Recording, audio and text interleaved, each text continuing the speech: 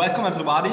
I'm very happy to be here and doing this talk on this amazing book that won the BRAV, the BolognaRagazzi Award in the comics section on the early readers category. And the book is called Iparapa Yamu Yamu. My pronunciation is very bad, but I will try my best. And it is an amazing comic by Jen-Un Lee. Welcome. It's an honor to meet you. We are going to discuss this winner book with the author and with Jin Kim, which is an editor at Saki Jewel, the publishing house of the book.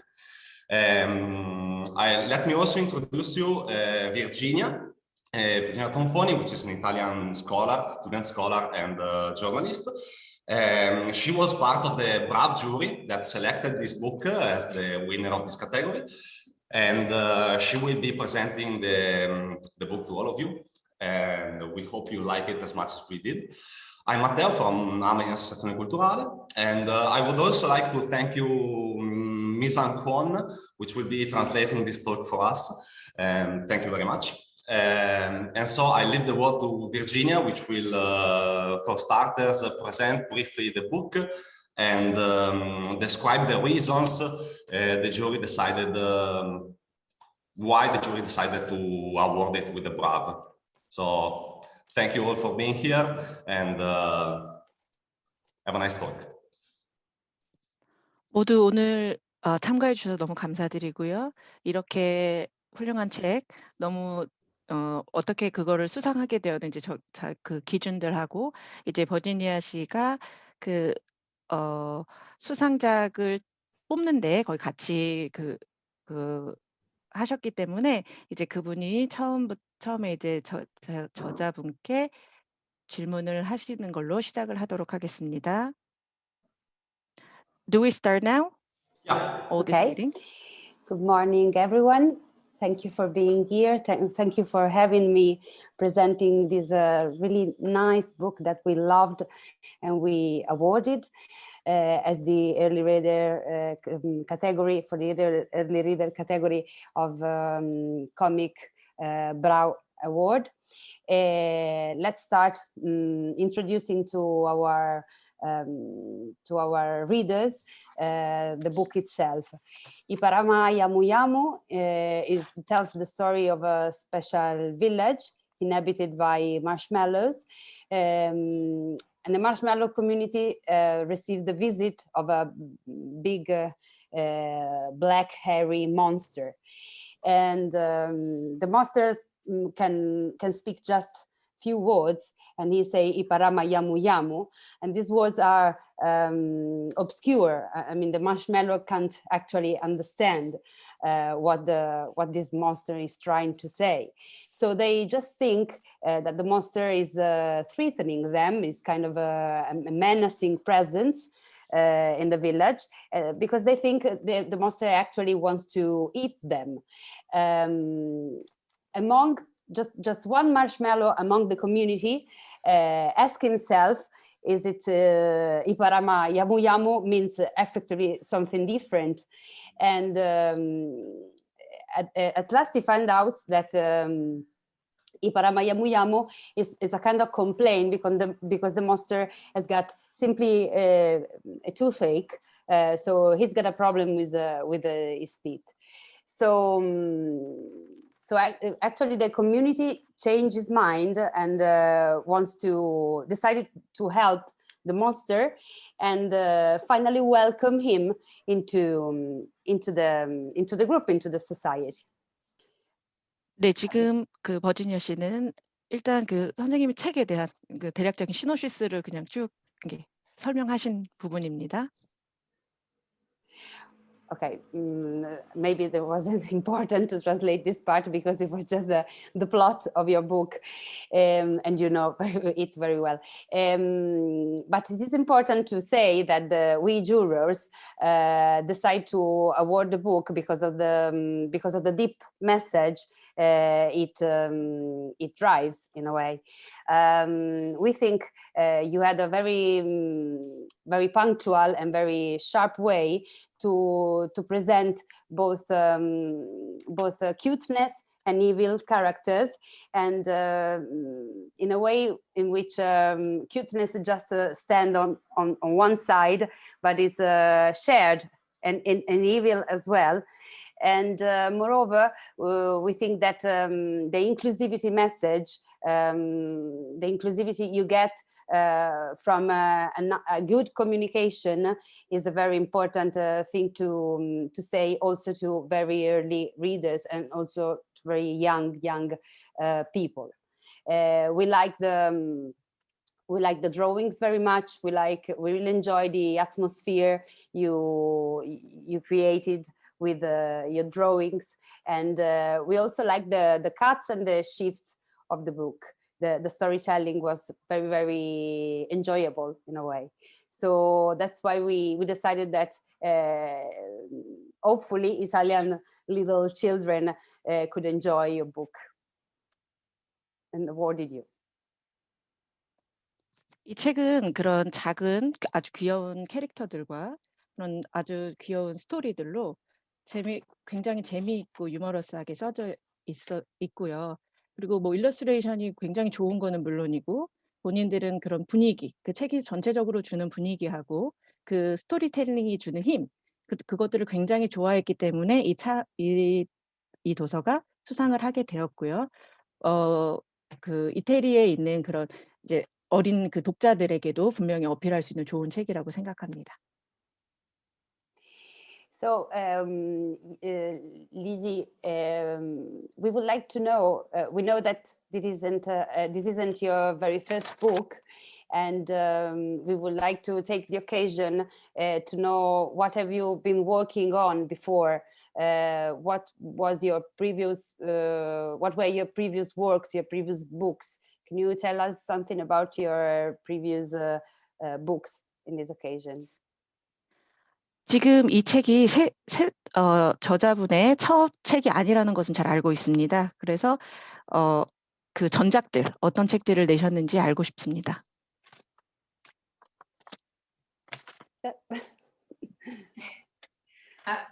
제가 키우는 멍멍인데, 제 전작들은 바로 전에 작업했던 책은 그 한국 전통의 이야기를 뭔가 현대식으로 섞어서 만화식으로 푼 이야기가 하나 있고요. 그 전에는 빨간 열매라고 지금 이 이파라파 냐무냐무를 출간한 사계절과 함께 작업한 빨간 열매라는 책이 있고요. 그리고 그 전에는 제 가족에 대한 얘기를 2권을 썼었어요. 그때는 제가 책을 만드는 소재를 지금도 그렇지만 굉장히 내 안에서 찾는 편이기 때문에 가족 얘기 그리고 그게 끝난 이후에 조금씩 상상에 필요한 소재를 좀 더 넓은 곳에서 찾게 됐던 것 같아요. Her first 2 books were about family. She tried to find stories about from inside of her, like her boundaries in a family ways. And then after that, she tried to find another subject to maybe extend her stories.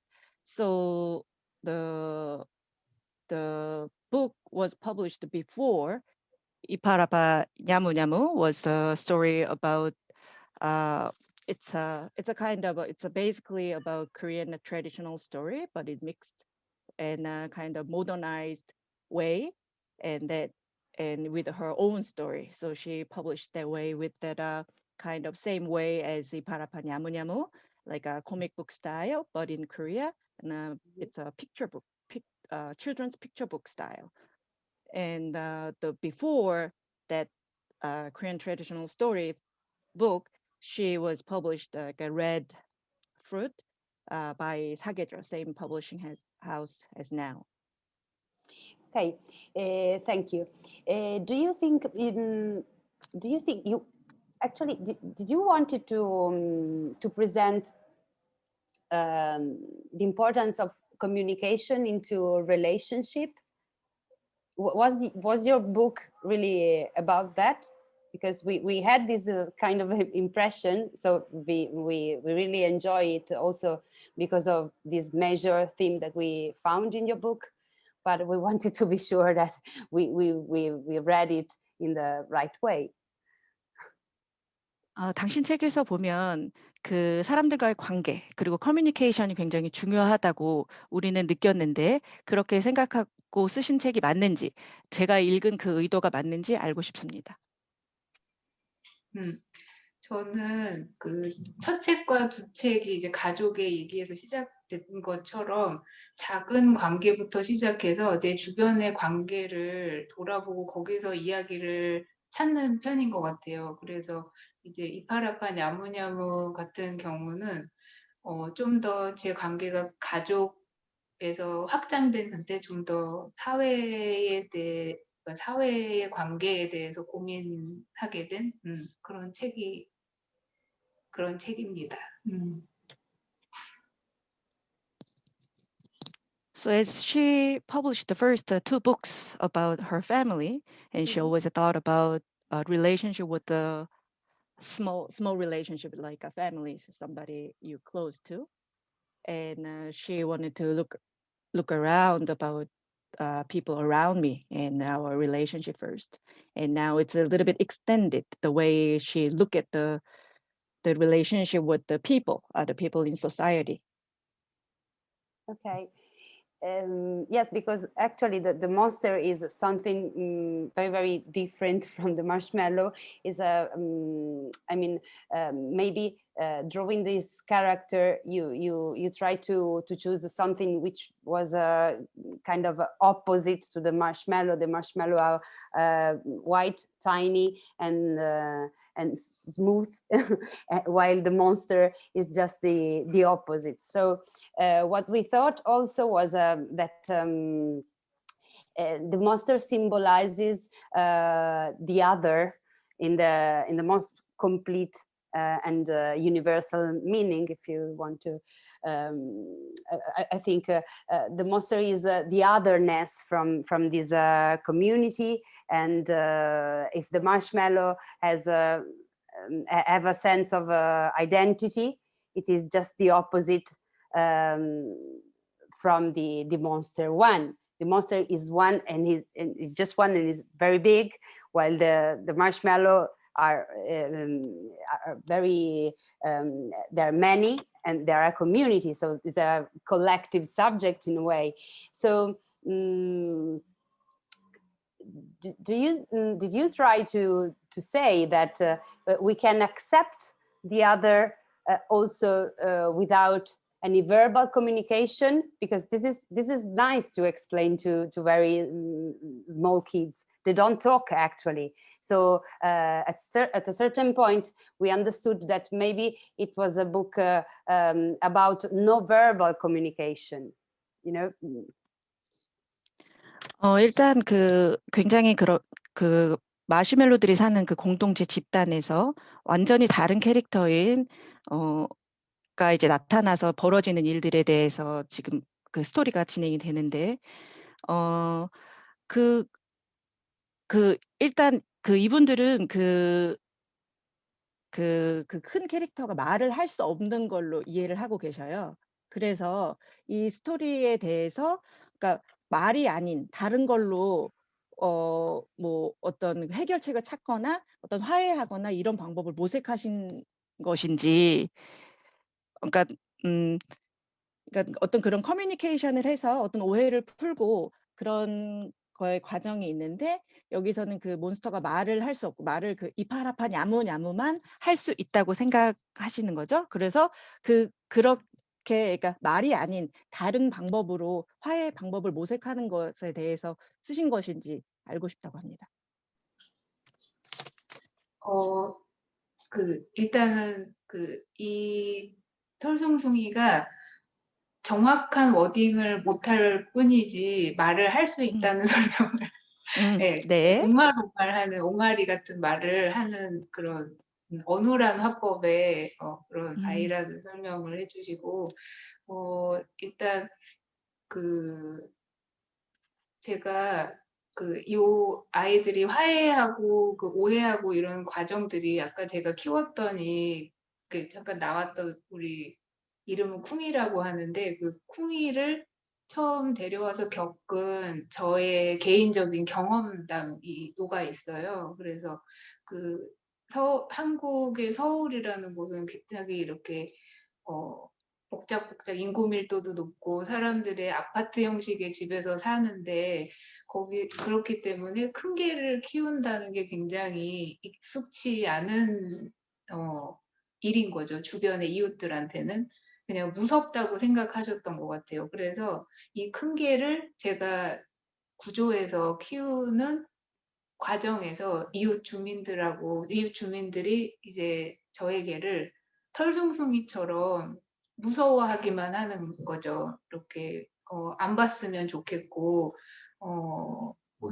물릴 것 같고 이런 공포가 있으셨던 것 같아요. 그래서 그 주민들하고의 관계 회복, 오해 이런 것들을 책에 녹였고요.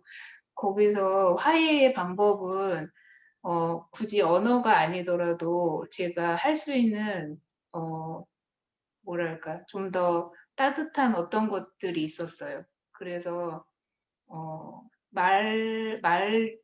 결국은 언어기는 했는데 이렇게 편지를 써서 이제 화해를 하긴 했는데요. 꼭 말이 아니더라도 다른 제가 할 수 있는 우수한 방법들로 그 오해를 풀었던 것 같아요. 네. 그것들이 책에 녹아 있습니다. 그 관계 회복에 대한 얘기가. First of all, the 털숭숭이, the name of the monster, the big hairy monster, and he can speak, but the way he speaks is not correct. So maybe you can hear what he's saying, but you may not understand what he's saying exactly. So when she showed us the big dog at the beginning of the meeting, that was her dog when she rescued him from some kind of facility, and she brought him to big, huge city like Seoul. It's not very common, and people kind of having a fear to confront this kind of big dog on the street. And she had the kind of what she could feel, or some other people even told her how scary that the dog was. And that time she was misunderstood, and people misunderstood her, and because of that kind of people's thoughts and then the way people looked at her and her dog, that made her even upset. So she may feel like she felt like she didn't want to talk to them. Maybe it's just they're not just like they don't want to understand me and they just stay away from me, something like that. But when once she tried to talk to them and talk, or she tried to make them understand her dog is just big, but he's very, very nice.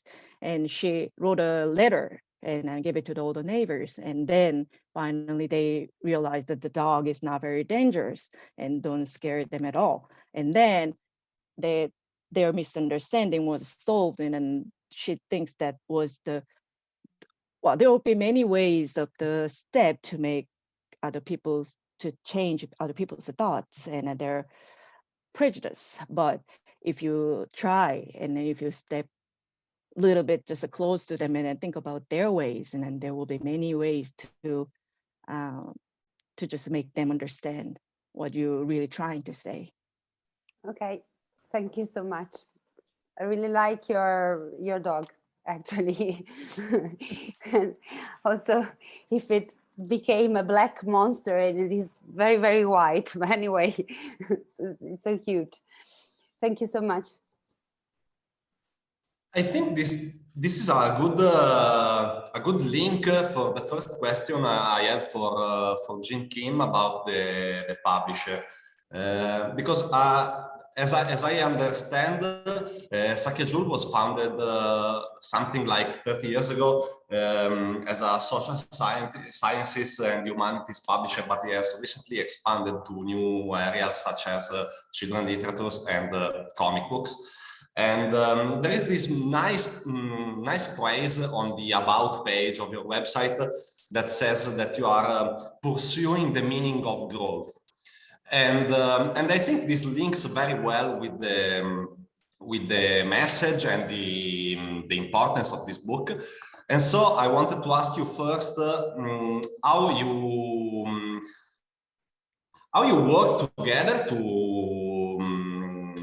publish this book.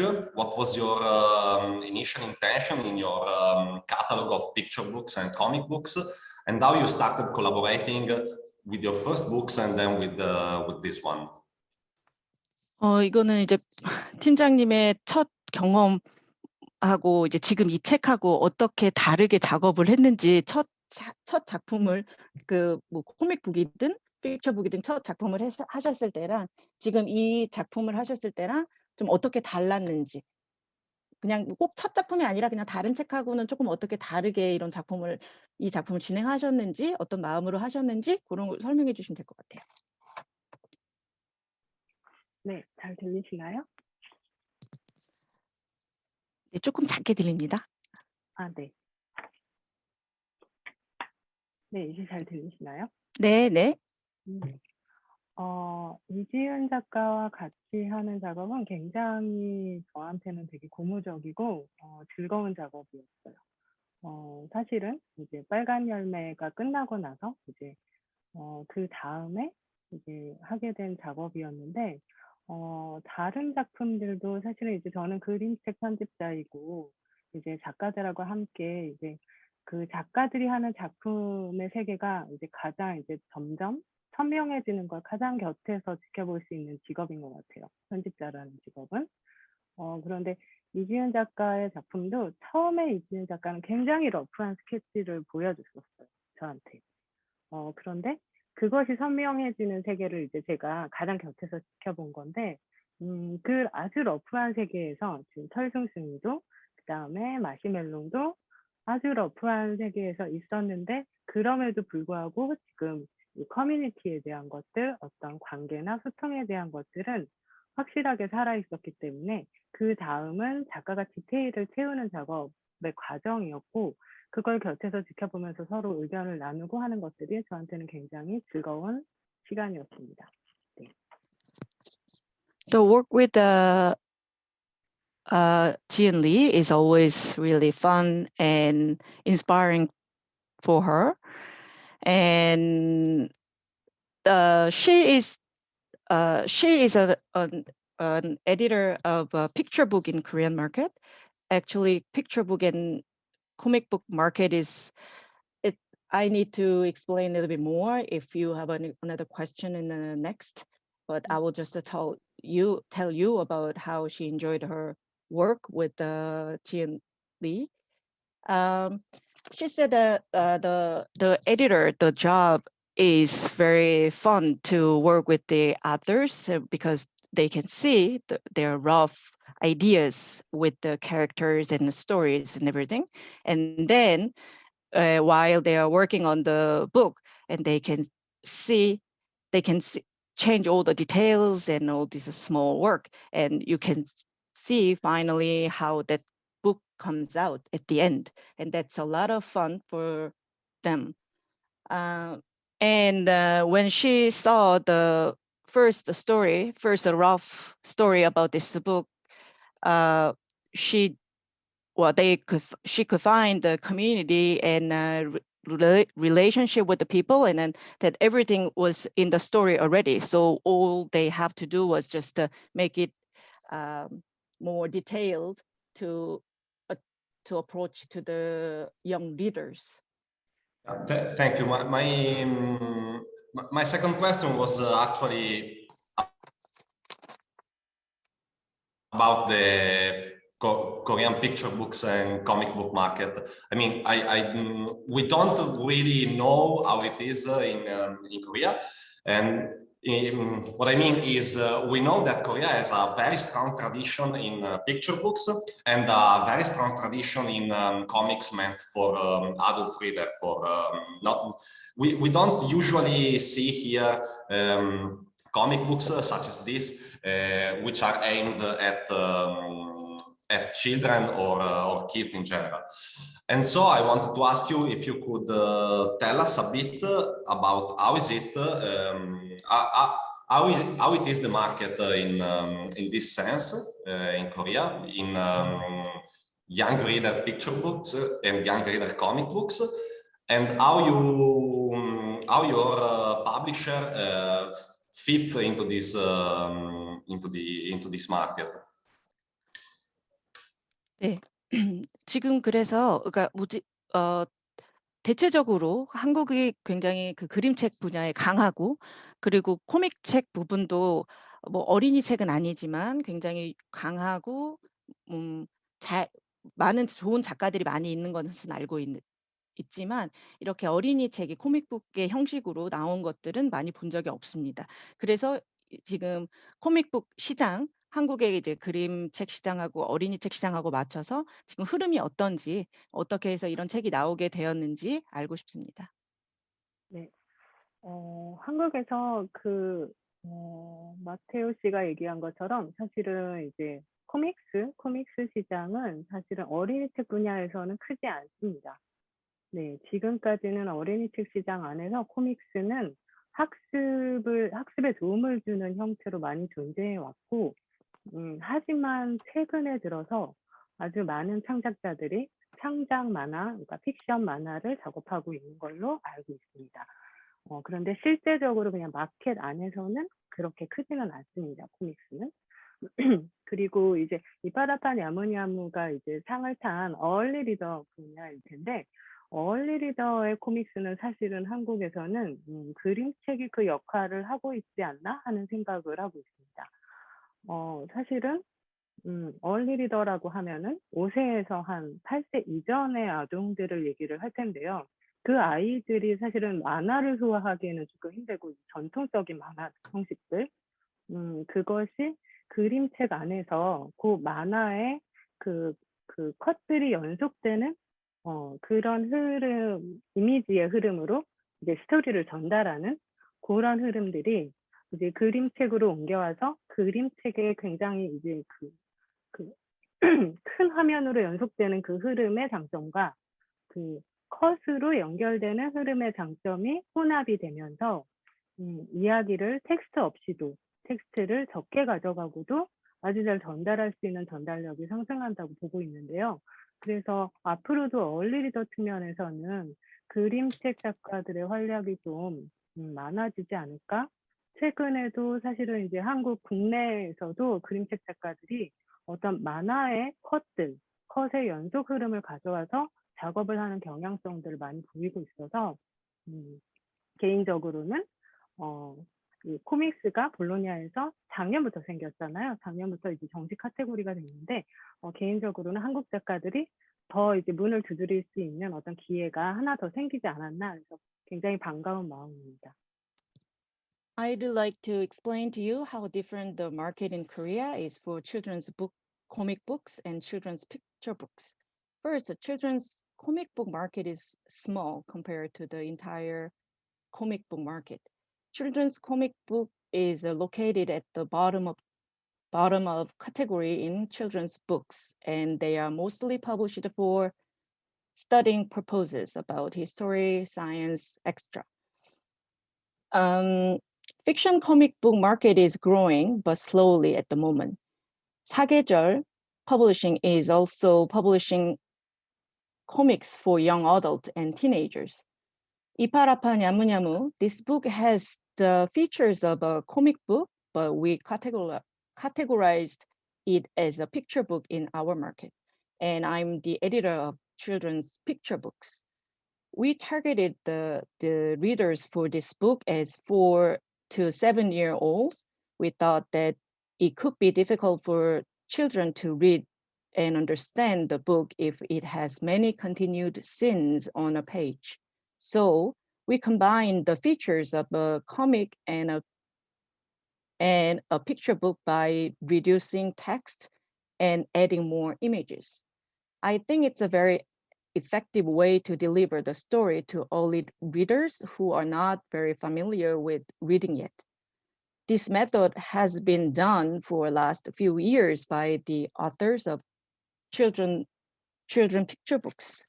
And this section for comics for early readers, this section in Bologna, it's been made from last year, and I think we very talented Korean authors could have many options to get the prize just like her from now on.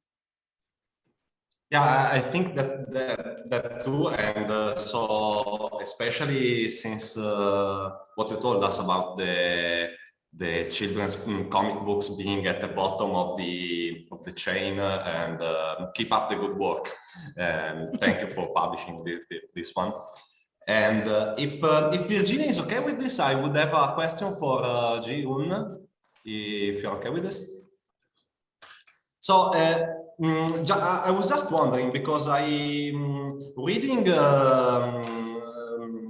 Parappa Yamu Yamu, a lot of common images popped in my mind, like the Smurfs and Gulliver's Travels. There are these tropes that I saw in your books, but maybe they are just just in my eyes. And so I was wondering, what was your artistic career? I mean, what were your influences?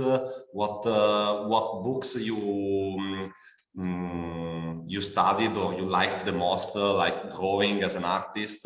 What are your main source of inspiration? 지금 그 책을 읽고 나서 자기는 자기 눈이 뭐가 잘못됐는지, 아무튼 어떤 그런 이미지들이 계속 자기에게 떠오르고 그렇다고 해요. 그게 굉장히 이제 그 아티스틱한 그런 방법인 것 같고. 네. 그래서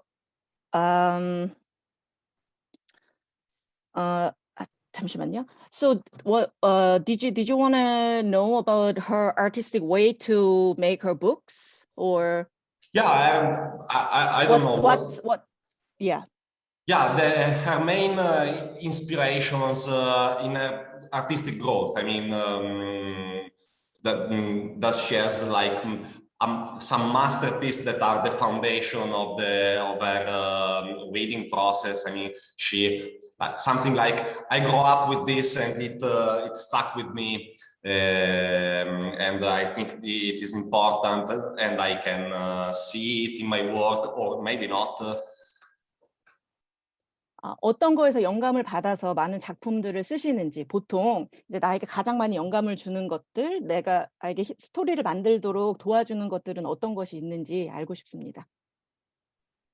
Maybe also if she has like some suggestions of titles for us to discover in this sense. 네, 일단 그렇게 대답을 해주시면 될 것 같습니다. 저는 빨간 열매부터는, 빨간 열매, 팥빙수의 전설, 이제 이파라파 야무야무까지는 동물에게서 영감을 제일 많이 받았던 것 같아요. 빨간 열매는 제가 거의 곰 러버로 살았던 시기에 나왔거든요. 곰을 너무 좋아하고 막 곰을 어떻게 기를 수 있을까 하는 막 욕망에 사로잡힌 상태에서 이제 빨간 열매라는 책이 나왔고요. 그런 와중에 제가 쿵이를 구조하게 된 거예요. 근데 쿵이가 어릴 때 진짜 곰이랑 똑같이 생겼었어요. 그래서 얘를 데리고 오면서 이제 그 일상들이 매일매일 반복되면서 쌓이는 어느 순간에 이야기가 터져 나오듯이 이렇게 나왔던 것 같아요. 그래서 예전에는 이야기들이 제가 초반에 가족에 대한 이야기를 쓸 때는 이제 연구실에서 연구하듯이 책을 지었거든요. 기승전결, 어떤 소재와 엔딩은 몇 장 이런 것까지 다 굉장히 계산적으로 만들었는데 그 이후에 동물이나 일상에 대해서 영감을 얻기 시작하면서는 그냥 시간이 계속 쌓이는 물리적인 시간이 굉장히 지루할 만큼 쌓이면 그 안에서 어떤 이야기가 팍 하고 떠오르는 것 같아요. So when she published the first two books about family, she was studied and then she made all the plans for the beginning, middle, at the end of the story. And she calculated everything and how she said it, how she make it. But from third to fifth book, including 이파라파 냐무냐무, all these books she got the ideas from the animals. When she published the third book, the Red Fruit, that was about a bear. And at that time, she loved the bear.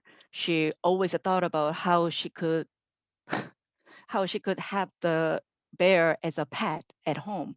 So that's how that book started. And her fourth book is about tiger. And this is the book, the 이파라파 냐무냐무 is about she got the inspired. She has all these ideas about from her dog. And when she got the dog at first, the dog was very small, very hairy, just like bear, and she loved them. And then when she has a lot of time with the dog, and as time goes by, there are just all these stories just come in her mind just naturally. And then that's how she make the books these days. Thank you.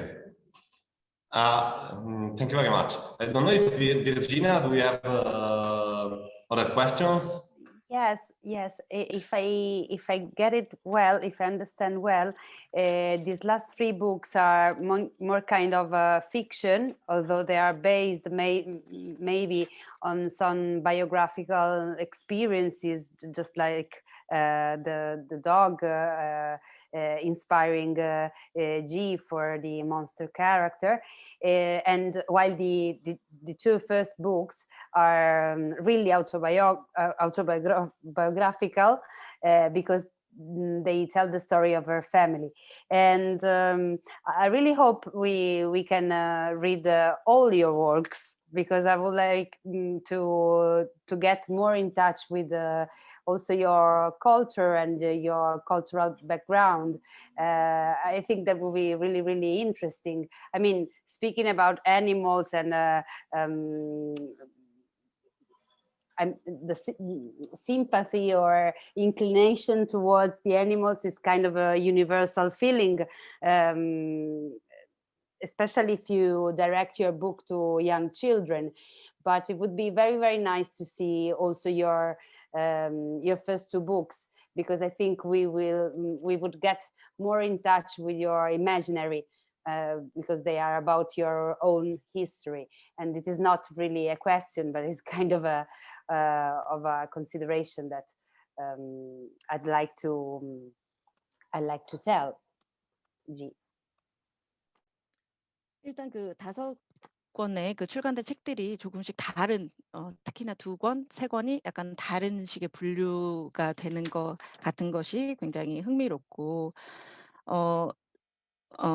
그 책들을 다 읽어보고 싶습니다. 저자분께서 그 전에 다른 책들은 어떤 문화를 가지고 그리고 어떤 문화적 배경을 가지고 쓰셨는지 굉장히 지금 이파라파 냐무냐무를 굉장히 사랑하게 된 사람으로서 이 다른 책들이 너무너무 궁금하고요.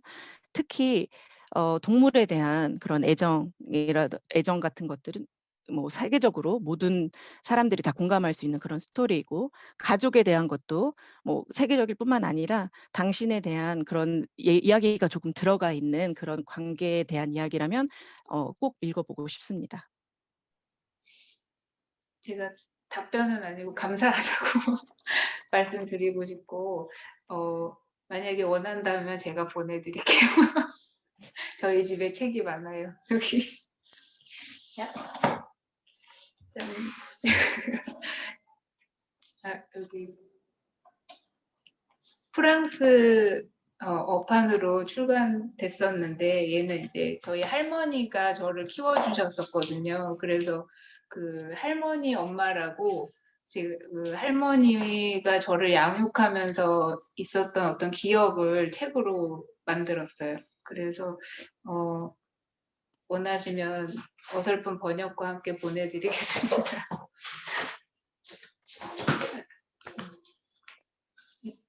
이거는 저희 아빠와의 얘기예요. 이거 제가 아빠하고 관계가 안 좋았었거든요. 그래서 제가 생각했던 그 아빠와 이런 관계였으면 좋았겠다라고 생각하면서 만든 책입니다. She would really like to say thank you for all of you, and she says it's a great honor to be a winner of the Legacy Book Awards, and she has a lot of Korean editions, and she has a lot of books in her house. So if you want to read any of her books, she will be happy to send them to you. And she wanted to say about her first two books. Her very first book was named Grandma Mother, which is her grandmother raised her up. So to her grandmother is a mother too. So when she wrote about this book, she was thinking about her grandma a lot. She tried to remember how she treated her, how much she gave her love, everything like that. And second book was Paper Daddy. Her relationship with her father wasn't very good. So when she published her second book, she wishes her father was like that, and that wishes are in her book. So that's how she made it. Thank you very much. I have just one stupid question for Jean and another more serious one. The stupid question is more kind of a wish. Do please make the stuffed animal version of the big hairy monster, like a plush. It would be amazing, like some merchandise. Please do. The big hairy monster is wonderful. So I would like to hug him.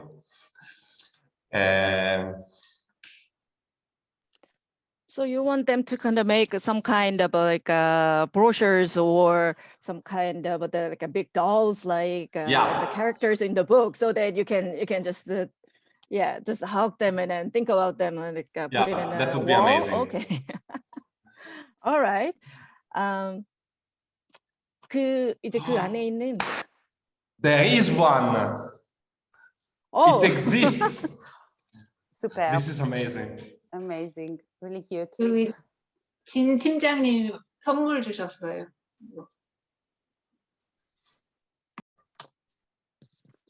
그러면 그거는 한 개뿐인가요? 작가님 하나만 갖고 계시나요? That's only one for the author. Jean made it and then she gifted it to her. Maybe we could promote. We could just make just more and bigger, and then maybe send it to you. Let's make them big. Oh, yeah. That is amazing, by the way. No, but moving on to the serious question, it was this, and it is like for both of you. And if like, what are you planning for the future? Do you have other collaborations in sight? And how do you intend to move on in this slowly growing fiction comic book market, both as a publisher and as an author? This is a question to both of you. 네, 앞으로 두 분은 앞으로 어떤 계획을 가지고 계신지, 저자 선생님께서는 앞으로 어떤 책을 내실 건지, 사계절 출판사 김진 팀장님과 함께 하실 건지 그리고 이제 김진 팀장님도 앞으로 어떤 계획이 있으신지, 특히 뭐 그림책 분야, 이런 분야, 이 코믹 분야에서 어떤 특별한 계획이 있으신지 알고 싶습니다. 선생님 먼저 말씀해 주시면 감사하겠습니다. 저는 일단 그 팀장님하고 앞으로 해야 될 책이 한 권 더 이제 남아 있어서 계약된 책인데요. 그거 이제 작업해야 될 것 같고, 다 이제 6월 둘째 주쯤에 신작이 출간될 예정이에요. 그리고 앞으로 계속 이렇게 캐릭터를 베이스로 그러니까 캐릭터가 서사를 이끌어가는 책들을 좀 더 많이 만들어 보고 싶어요. 그러면 지금 그 팀장님하고 한 권 더 하시는 그 책이 6월에 나오는 건가요? 아니면 아니면 6월에 다른 나오는 책 출판. 외에 또 다른 책이 있나요? 네. 네네네. 제가 먼저 그럼 선생님 그거 말씀 먼저 전달하겠습니다. Her another book will be published in second week of June, which will be next week, by another publishing house, and she has one more book to publish with Jin by 사계절 Publishing House. They contracted one more book, and that has to be done sometime soon. And the way the features of the book, the 이파라파 냐무냐무, the way she made the books, she would like, since she enjoys a lot, and then she would like to make that kind of books more for the future. Does Jean have something to add more on the publishing side? Yes, she will. 네, 팀장님 말씀해 주세요. 네네. 그냥 편집자라고 해주시면 참 좋겠어요. 네. 저는 이지은 작가랑 이제 남은 책도 하고 개인적인 소망은 이지은 작가한테 빨리빨리 이 하늘의 영감이 와서 이 빠라파 야무야무의 두 번째, 세 번째 책을 만들고 싶고 그것이 가장 큰 소망입니다. 그리고 또 하나가 있다면 이제 다른 작가들하고의 작업도 아주 많이 하고 있는데 계속 이제 코믹스 만화의 속성과 그림책의 속성을 결합한 작품들이 지금도 좀 더 나올 예정이어서 힌트를 하나 드리자면 계란 프라이가 나옵니다. 계란 프라이가 나오는 작품을 들고 내년에 볼로냐에 한 번 더 문을 두드리겠습니다.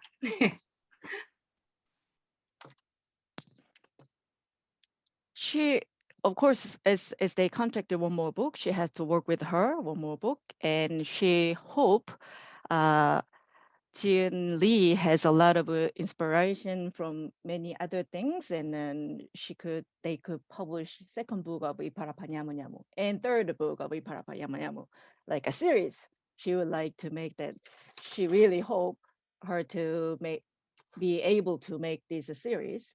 And now she's working on many other picture books, just like comic book features. So she is working on many other titles.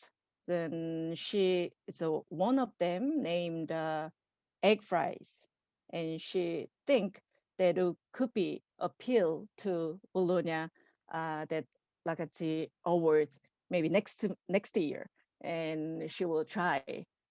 That's her secret. We are looking forward to read it.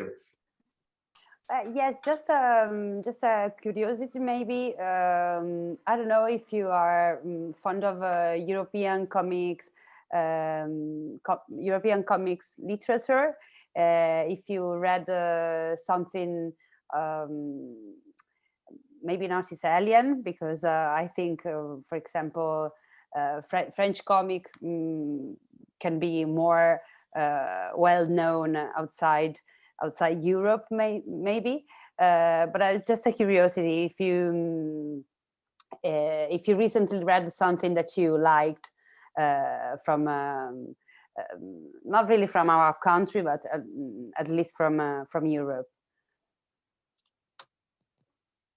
작가님께서 혹시 그 유럽에 있는 나라들의 어떤 그 코믹 책 중에 재밌게 보신 책이 있는지, 뭐 이태리 책들은 크게 해외에서 유명하지 않으니 뭐 프랑스 책이라도 어떤 그런 유럽 책을 뭐 재밌게 보신 책이 있으시면 알려달라고 합니다. 코믹북. 그게 코믹북 그 카테고리에 들어가는지 모르겠는데 저 무민을 좋아해서요. 무민 재밌게 봤어요. 너무 옛날 책인가요? She's not sure if that is a category in comic books, but she really liked Moomin. Finland? We love Moomin. We are very big fans of Moomin. Yes, and maybe there are some references also of in your book. The marshmallows, kind of a Moomin itself. Ottove Anderson. Thank you. So I think our time is up, and I wanted to thank again everybody. And first of all, I want to congratulate again with Jin Kim and Sakya Jul, and to Lee Jin-un for the book. Thank you for writing it and publishing it. The BolognaRagazzi Award is an award that is meant both for the author and for the publisher, so you both deserve the praise for the work you did for this book. And thank you both for being here with us today. Thank you, Virginia, for being here, and thank you also for the great work you did along with David and Matteo with the jury. Thank you for your excellent choices in the awarding. I also wanted to say a big thanks to the Bologna Children's Book Fair and the wonderful job they are doing. And thank you for all the amazing staff that managed to pull this together. And last but not least, thank you, Ms. Anquan, for the translation. It was very important, and thank you for having me here and making this possible. So thank you, all of you. Thank to anybody who's watching this, and I hope we will have the chance to see each other anytime soon, maybe the next fair or sooner if the situation allows it. Keep up the good work.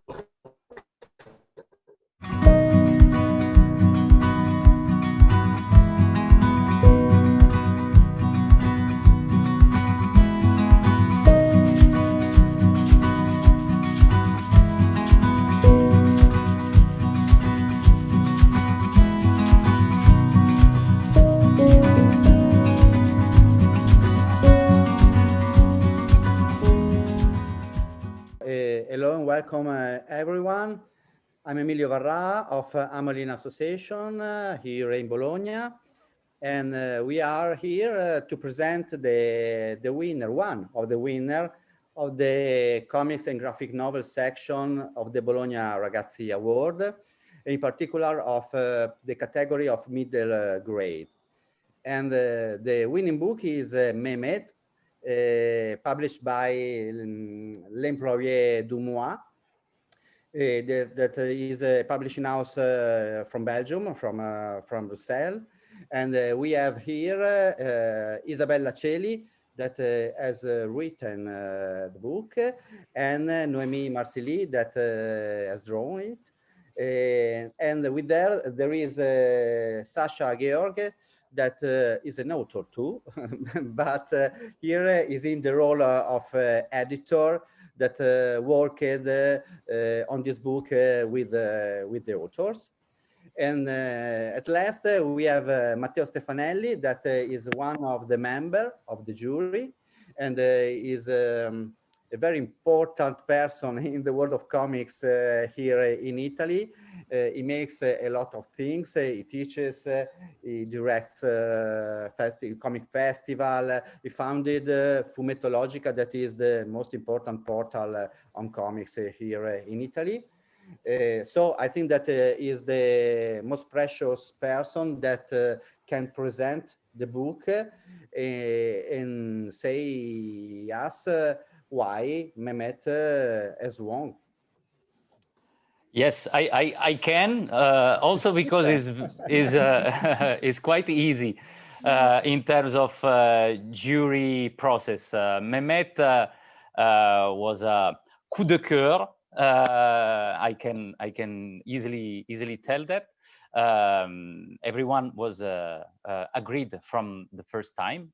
We delved into the middle grade category, so was a very convincing book. Mehmet is a short story. It's not a big book. It's a small squared book that it's a story about children friendship during a holiday in a camping site. That's the main plot. But what we felt reading and rereading the book was something more than the plot and the beautiful characters that were very precisely described and presented. Mehmet is a story about not only friendship in general, it's learning friendship between two children, very different one from the other. There is a girl, very fragile, and a boy, more impulsive. They are very different, and they live some days, some weeks during holiday in a camping, playing games, sometimes also playing cruel games like children does sometimes. But and also they have one problem in terms of communication. They're from different countries, so they speak different languages. It's difficult to communicate between them. But anyway, they try, they can, and starting from a different position and different moods, different characters, they build some kind of friendship. And this friendship is told in also visually with a few lines, with a few drawing traits in colored pencil, and we feel the atmosphere of summertime in a camping site within the nature, from which we feel the sounds of insects, the sound of movements.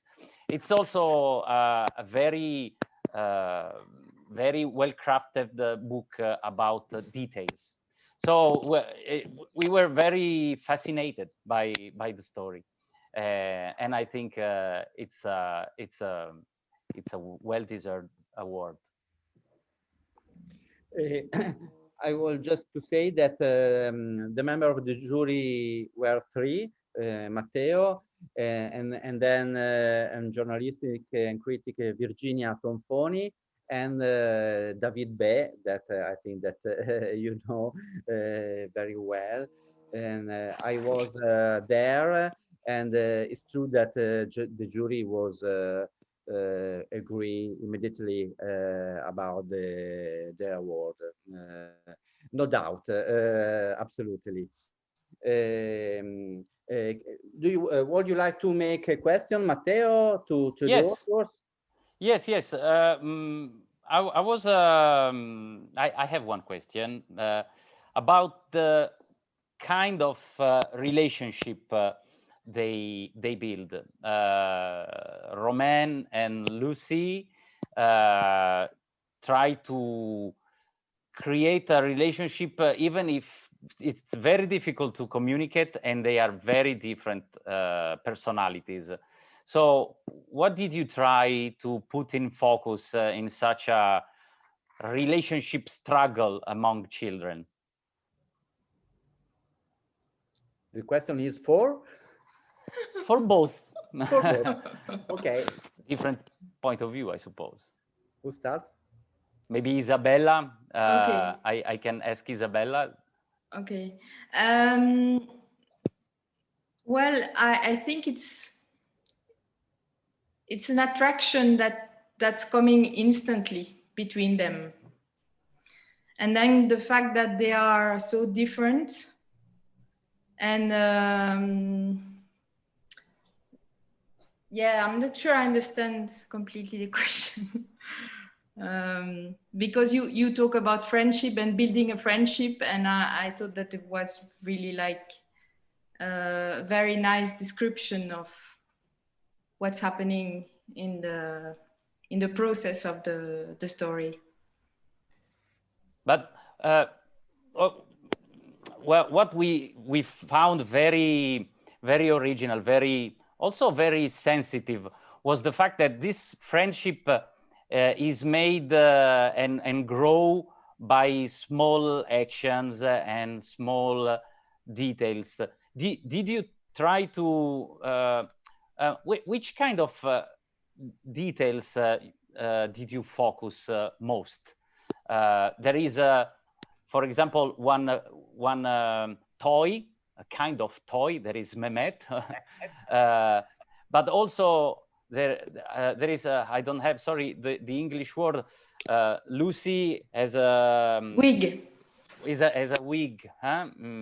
Yeah. So there are very few details, but very relevant, and they are helpful in building the relationship. Mm-hmm. I'm going to let Noemi say her take on it, but just with what you add to your question, now there is also the theme of the dog in the story. So in fact, it's little things that builds the relation and little interaction, in a way trying to see how it could develop organically. They both play with the dog. She wants a dog. She plays with the little bottle who is her dog. Then he plays the dog. Yeah.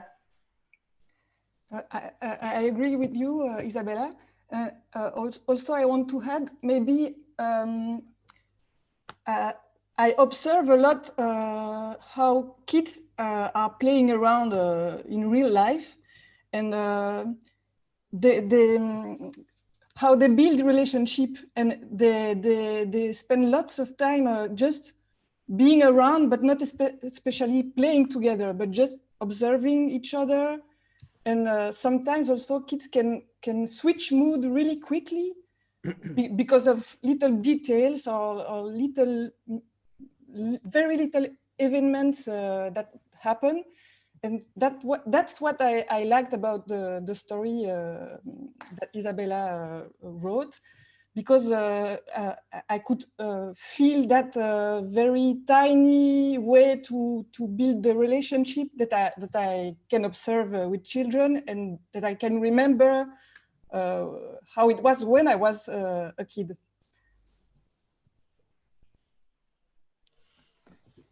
And maybe also Matteo, go. Yes, but to Noemi, I would like to ask you also visually another side of the relevance of details to grow the atmosphere, because what also another aspect that really amazed us was the relevance of sounds and onomatopoeia and small drawing details that really helped to build the mood of and the atmosphere of summertime, the atmosphere of nature and the camping site. So How did you choose these kind of details? Because I don't know if Isabella already imagined every single sounding details. I suppose not, maybe. Well, when I first read the script, the first thing we did was talking a lot together because I needed to really understand the characters and what was the storytelling. And then I made the first storyboard following exactly what was written in the story. And then we spent months, I think, exchanging that storyboard. I showed it to Isabella. She told me what she felt about it, what sometimes she had ideas to be more precise about some little things. Sometimes I had ideas, and we worked a lot with different propositions to become the more precise possible to tell that story, to keep the how to say that, I don't know, to keep just what we needed to tell the story, to not have extra things that would have encombré, je sais pas. Distract or clutter. Yes, clutter. Voilà.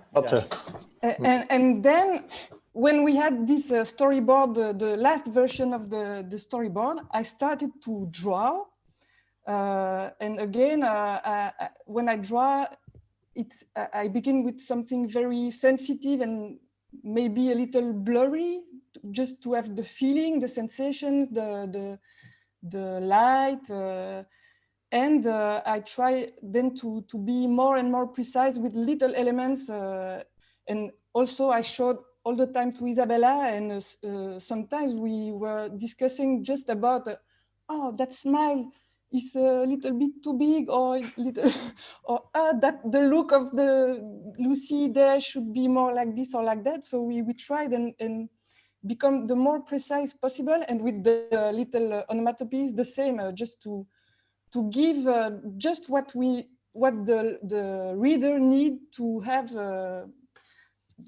all the less element that the reader need to stay minimalistic, but also generous. I don't know if you understand what I try to say.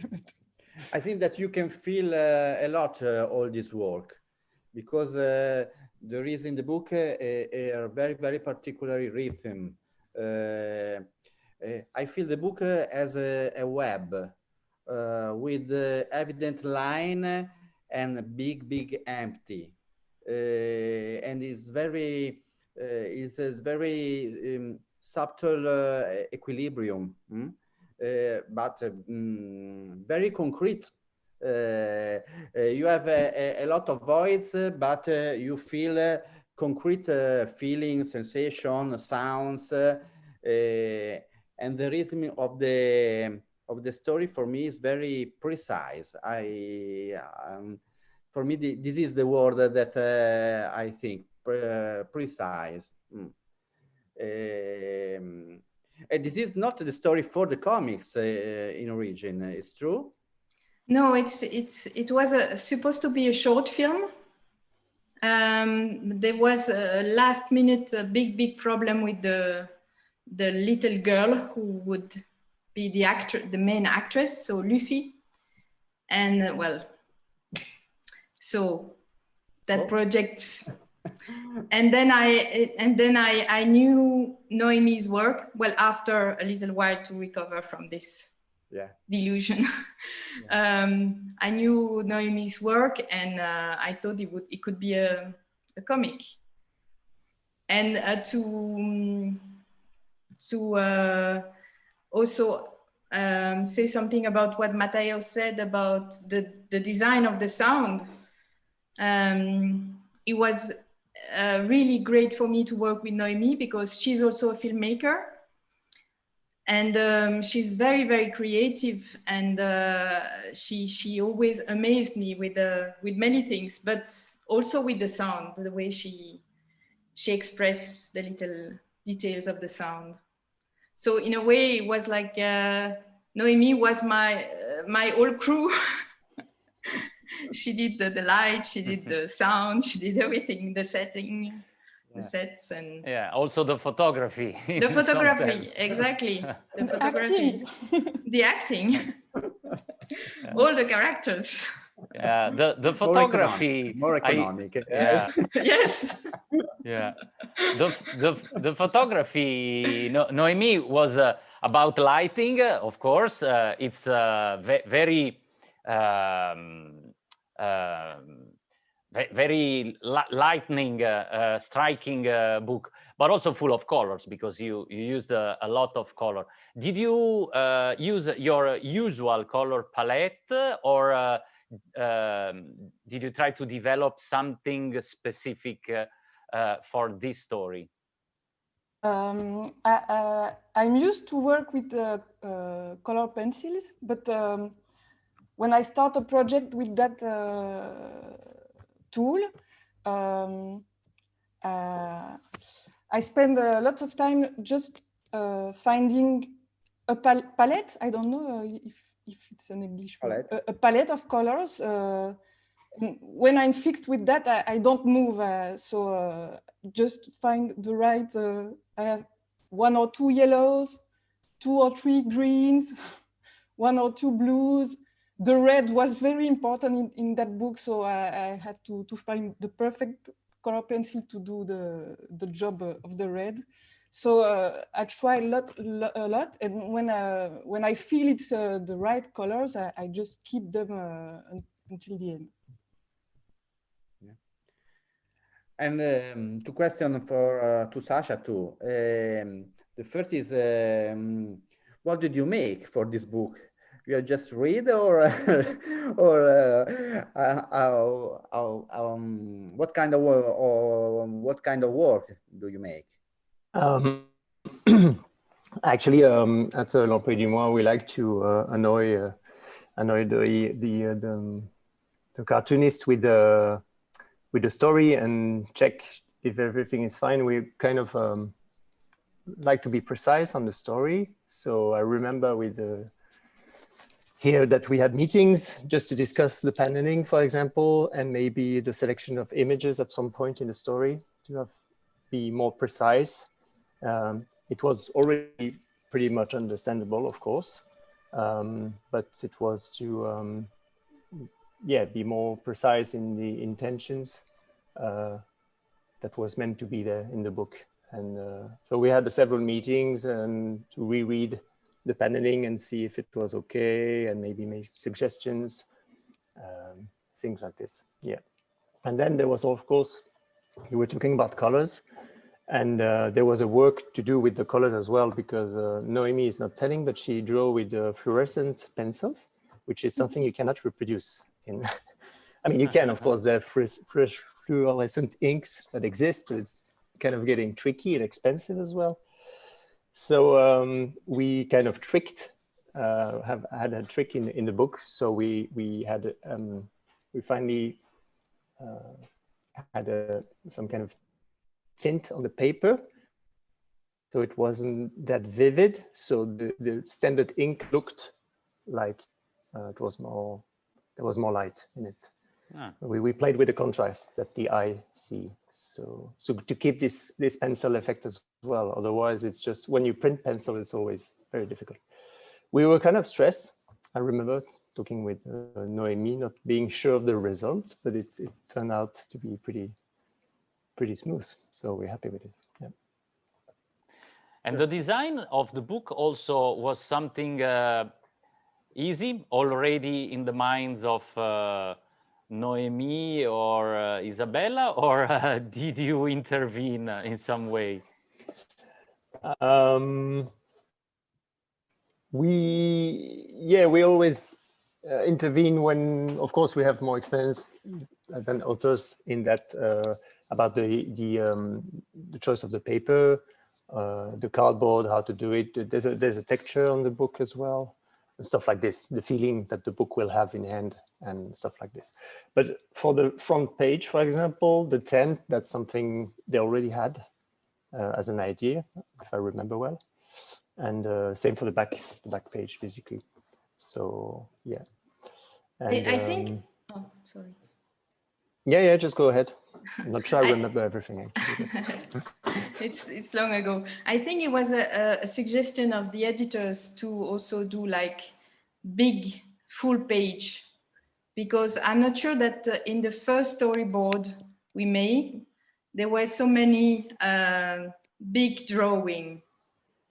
I think it was. I'm not sure, Noemi, sure. But I think it was an input.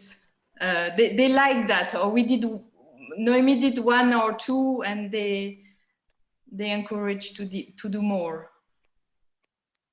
In general, it's very important to have an external view of the work, and so that's why I think the job of the editor is important, because we are in the work and they sometimes have a look at it and just had a fresh input to the whole process and ideas, or just point, oh, that's a good idea, go ahead with that or with this. So if the editor is an author too, I think that it's better. I think that all L'Employé de Moi is founded and directed by authors, I think, yeah. And for us, we know the publishing house, the catalog is very precious and important catalog for us. We met Max de Radigues a lot of years ago here in Bologna at Billboard Bull Festival, and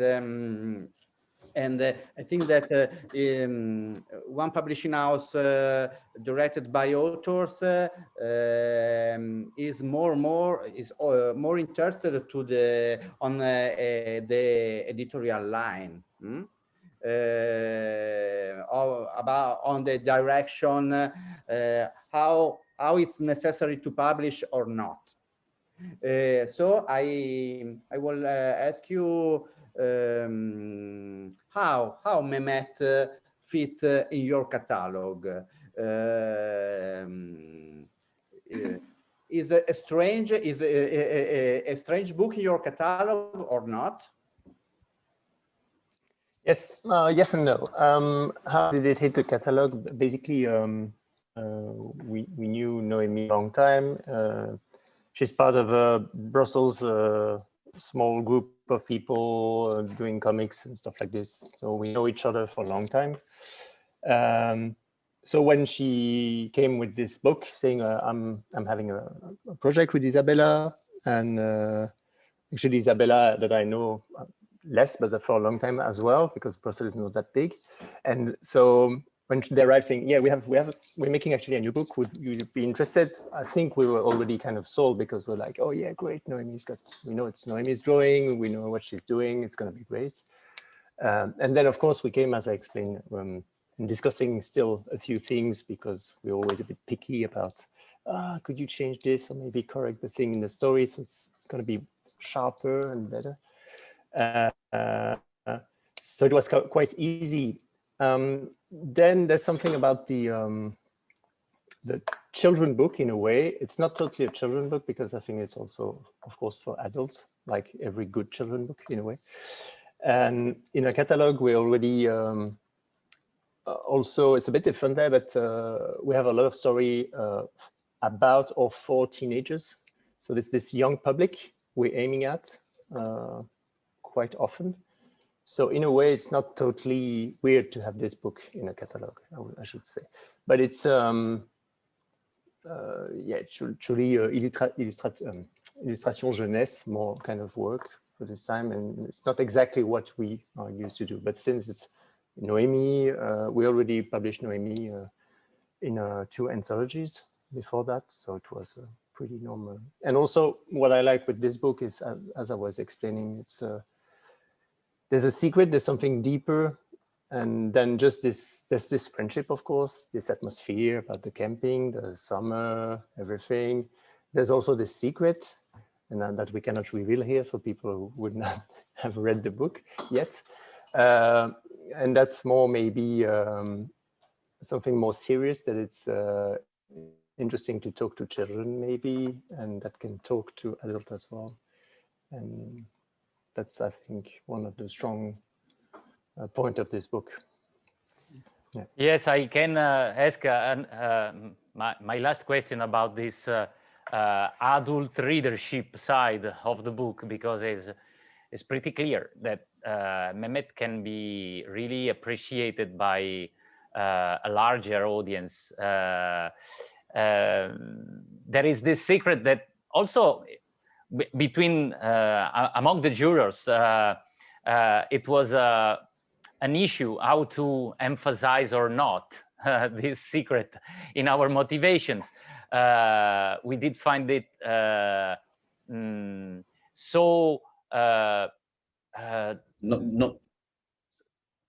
we found this issue about we suppose some sickness of Lucy, so well balanced, so naturally told, that wasn't so crucial to emphasize in a too emphatic way.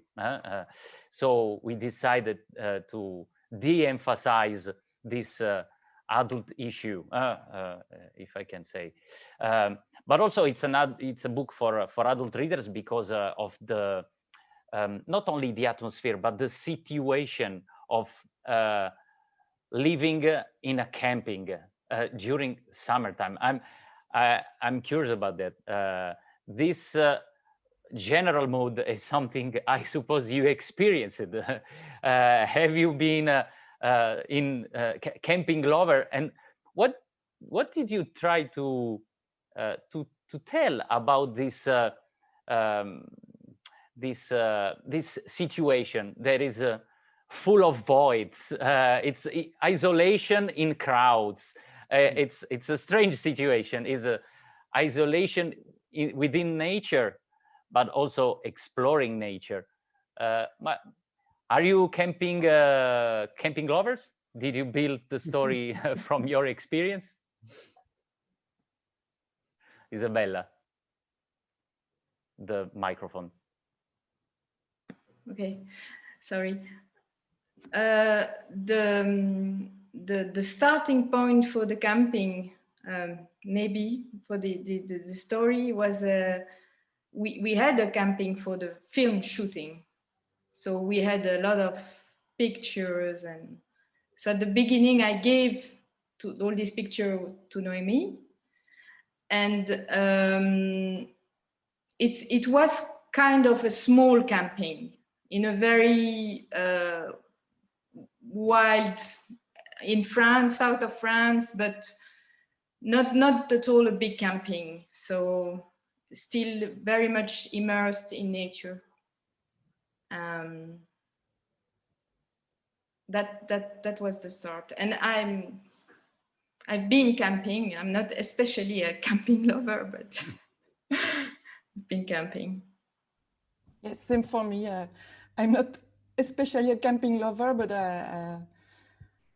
I think we all went camping once in our lives. So I did it when I was a child, but also as an adult. So I love to observe people in general. So in camping, it's interesting because they are relaxed because it's holidays, but they are living in the same place, like neighbors, but very close, but they don't know each other. For adults, it's the same. They don't know each other, but they live almost together. So that's a really special situation. And I think it's interesting just to to observe how life is going on in that kind of situation. Thank you. I think that it's time to holiday. No, it's our time is end. So thank you so much to Isabella, to Noemi, to Sasha, and to Matteo, and good luck for Mehmet. I would like to see here in Italy, to publish it here in Italy too. I hope, because it's a very beautiful book. We need of this kind of book, I think, here for children and adults. So thank you. Thank you very much. Thank you. Thank Congratulations. you. Thank you. Thank you so much. Thank you very much. Thank you very much. Bye. Goodbye. Bye. Bye. Bye. Bye. Bye. Bye.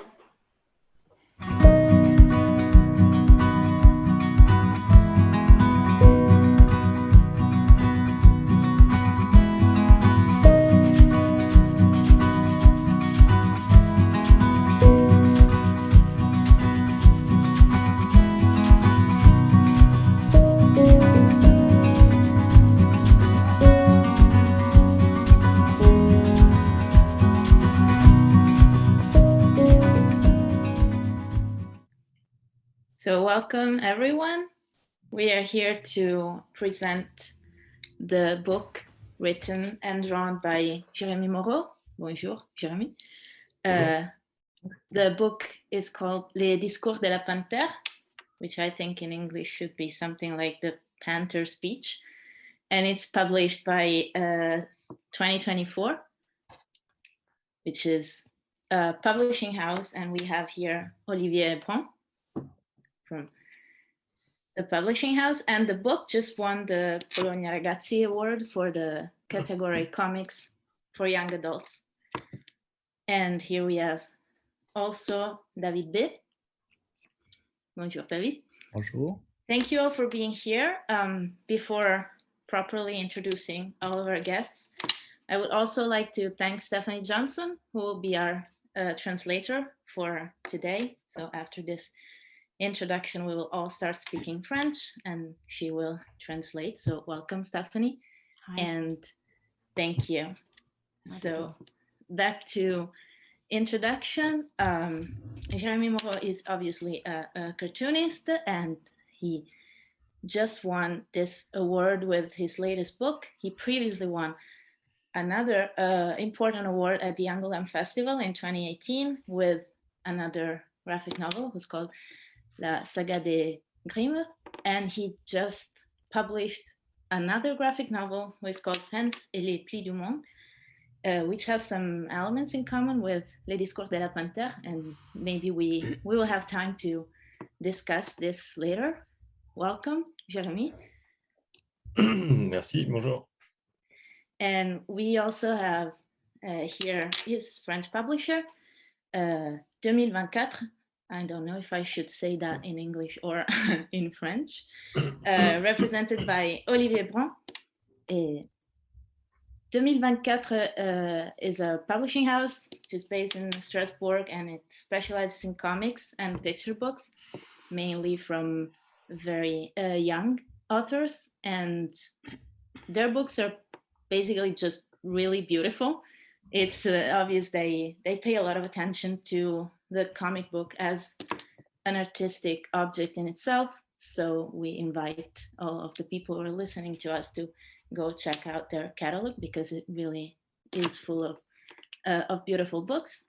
And welcome, Olivier. Si, bonjour. And finally, we have David P., who doesn't need any introduction. He's one of the most important comic book artists in Europe, and he was also part of the jury of the BolognaRagazzi Award. So he's one of those who selected Les Discours de la Panthère for this award. So I would like to start this panel with him by asking him to introduce the book and tell us why the jury chose it for the award. Je parle en français. Bon, alors, ça n'a pas été très difficile pour le jury de choisir ce livre. Il est sorti tout de suite et il a été choisi à l'unanimité, je dois dire, à la fois pour ses qualités graphiques et ses qualités narratives et tout simplement la profondeur de l'histoire qui raconte. Enfin, vraiment, ça a beaucoup touché les personnes du jury. Et... Oh, pardon. Well, it wasn't really very difficult to make the choice of this book. It stood out immediately, in fact, from the rest, and it stood out because of its graphic qualities, for the sort of deep, profound story that it was telling. It touched us immediately. Et c'est un livre qu'on pourrait dire un livre animalier, c'est-à-dire que les personnages sont des animaux. Mais ce qui est intéressant justement, c'est que ce n'est pas des animaux humanisés. C'est des animaux qui ils ont des réflexions humaines, ils ont des envies humaines, on dirait, mais ils agissent comme des animaux. C'est ça qu'on a trouvé très, très intéressant. Et puis, ils sont dessinés de façon très simple. Ils sont pas caricaturés, je dirais, comme on peut le faire parfois quand on fait du dessin animalier. Et ça, c'était aussi, on a trouvé ça aussi très, très intéressant et très nouveau d'une certaine façon. In fact, this is a book that you could call a book with animals, in the sense that the animals are the characters, but at the same time, they're not humanized. They're not made into sort of little human beings. They think like human beings. They have certain reflections that are human, but and they have certain desires. But at the same time, they act as animals, and also they're drawn very simply. They're not characterized as very often you have when animals are characters. They're not characterized, and that we've found very interesting and very new. Voilà ce que j'aurais à dire sur le livre, enfin, ce qu'on aurait à dire sur le livre, si je peux transmettre ce que le jury avait à dire. So that's what I've got to say about what the jury felt about this book.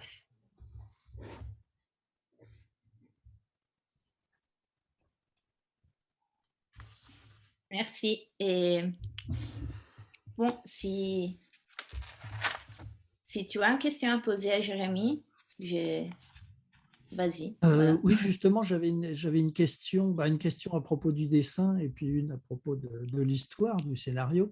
Justement, ce qui m'a tout de suite frappé, c'est le dessin, justement. C'est-à-dire que dans les bandes dessinées animalières, il y a les côtés très Walt Disney, où on va transformer les personnages oui, d'une certaine façon, en les humanisant vraiment, en leur donnant un caractère humain. Ou alors, il y a d'autres personnes qui font ce travail en dessinant les animaux de façon très réaliste. Et là, je trouve que tu as trouvé un biais, enfin je te tutoie, hein, mais tu as trouvé un biais très,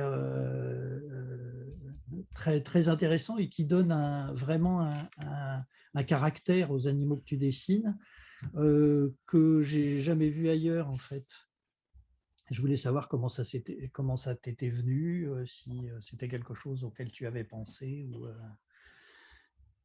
I've got a question for Jérémy about the drawings, but also about the story. But what really struck me, first of all, was the actual drawings, because when you have cartoons of animals, there are those that do sort of Walt Disney style cartoons, and they transform animals into sort of little human beings with human characteristics. And then there are others who do drawings of animals that are really very realistic indeed. But Jérémy has found a sort of middle path, if you like, which we found very interesting.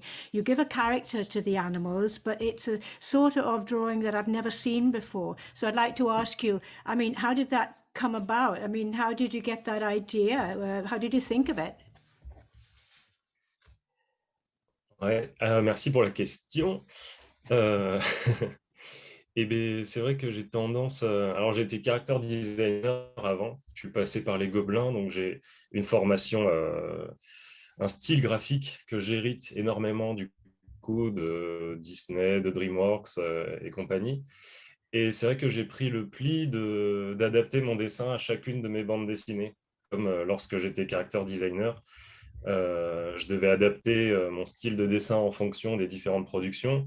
Par exemple, quand j'ai travaillé sur l'illusionniste ou ensuite sur Moi, Moche et Méchant, c'était des changements de style assez radicaux. Et c'est un truc que j'ai gardé, essayer d'adapter le mieux possible mon style graphique à chacune de mes histoires. Et donc, je suis passé par des choses plus réalistes dans la saga de Grimre, par exemple. Dans Pense et les plis du monde, j'étais parti sur des influences plus à la Tezuka. Et en fait, c'est comme ça, c'est mon style a une espèce de mutation organique qui passe d'album en album. Et donc là, le discours de la panthère, c'est un peu la résultante entre la rencontre avec les éditions 2024, énormément de lectures de Babar à ma fille pendant le confinement. Et je pense que ça vient beaucoup de là, la petite révolution dans mon dessin de ne garder que des points pour les yeux. Et ça, je pense que ça apporte beaucoup de côté touchant aux animaux. Et donc, c'est plus par les attitudes que je fais passer les sentiments, alors qu'avec mon réflexe un peu disneyen, on a toujours envie de faire plein d'effets de pupille. Et bon, voilà. Et c'est vrai que... oui. Pardon, je dois donner la traduction. Yeah, in fact, thank you for that question. I did the Gobelin school, so I got used to having to draw and have a graphic style, in fact, which was animation, but also I learned a lot about, you know, how Disney had to be drawn. And I learned to adapt my style in the various cartoons and adapt my drawing style to what I had to do. For example, if I was doing an animation film on illusionism, that was one thing. But of course, when I was involved in Despicable Me, for example, it had to be a completely different style. So that's something that I've always kept, this ability to adapt my graphic style, and also to be, for example, in the saga du Grimm, I was very realistic, whereas in the other Pense et les plis du monde, I had a completely different style. If you like, I have this ability to have this organic mutation, and that I think is what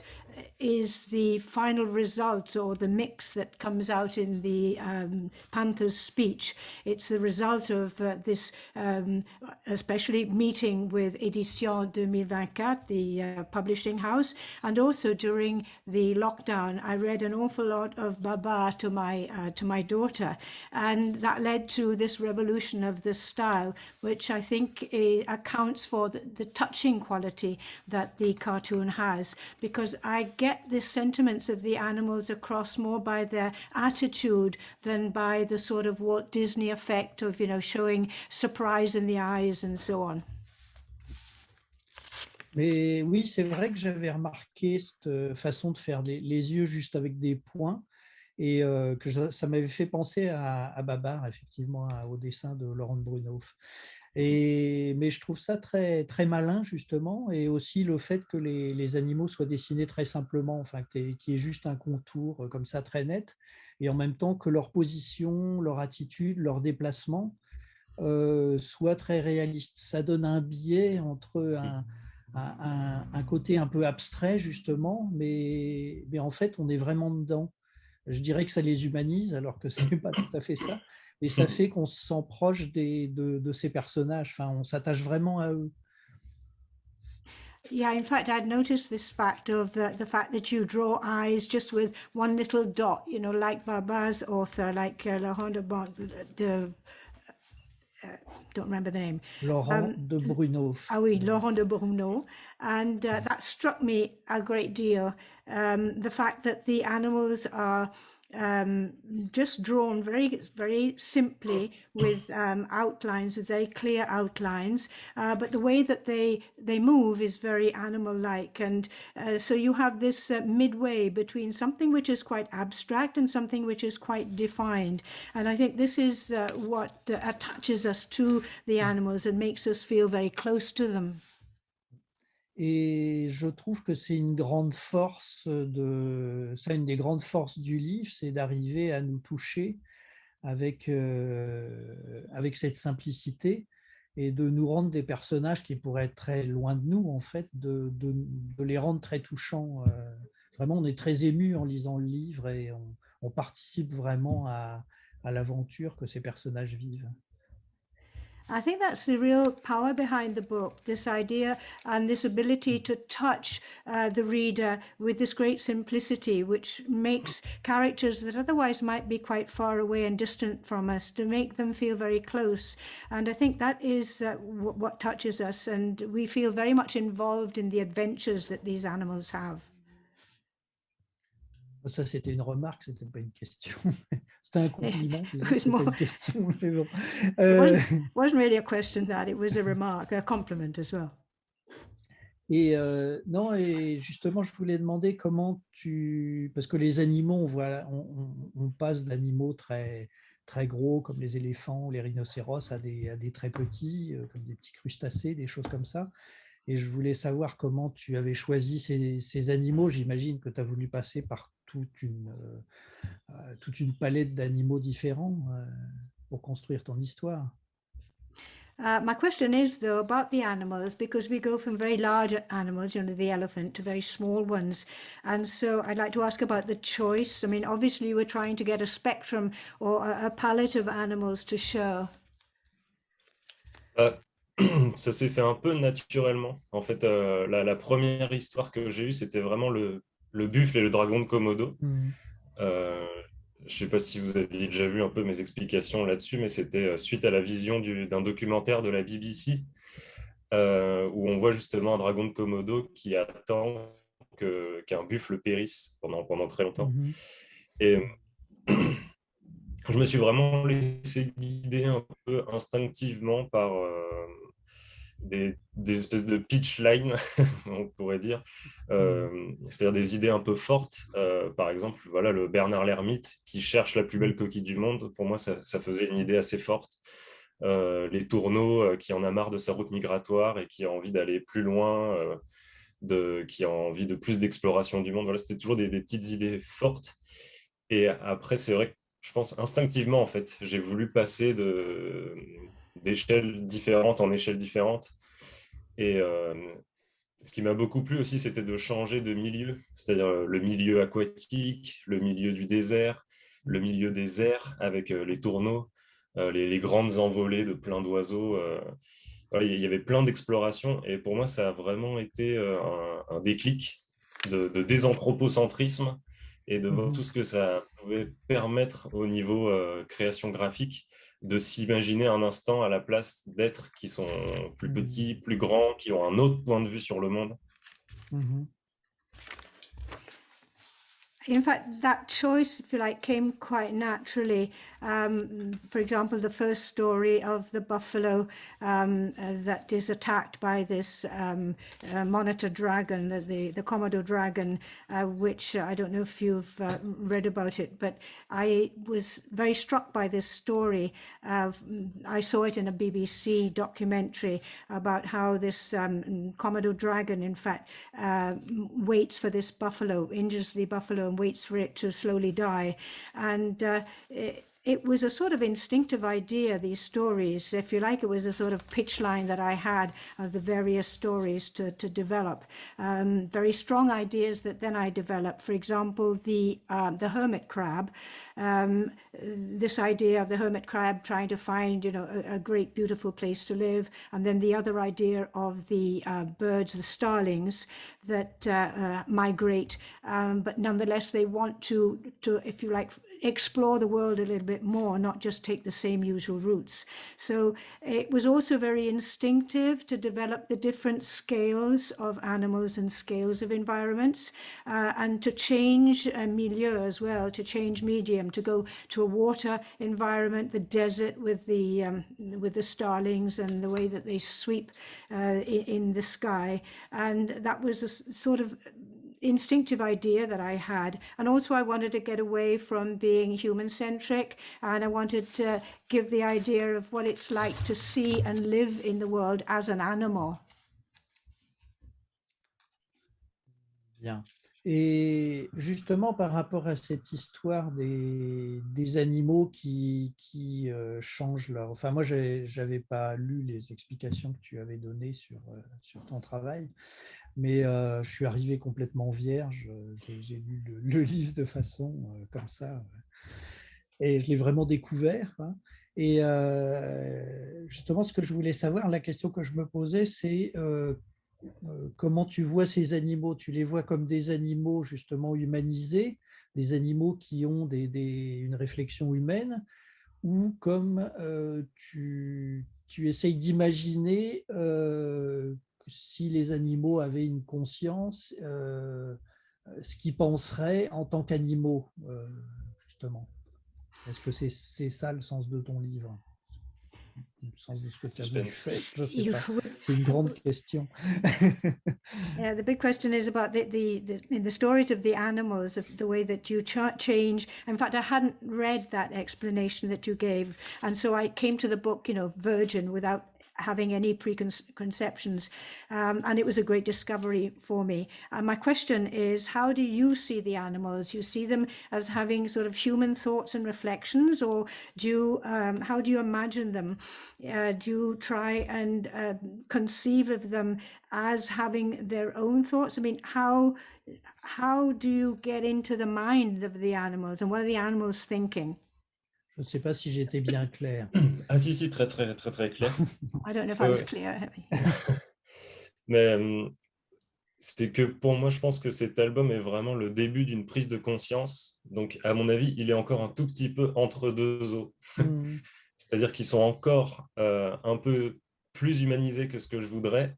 Mais c'est qu'au fil du livre, s'est construit cette idée que j'allais pouvoir embrasser de mieux en mieux le vrai point de vue animalier. Donc, disons que c'est la première pierre de quelque chose qui viendra ensuite. J'ai envie de poursuivre cette exploration vraiment de la perception animalière.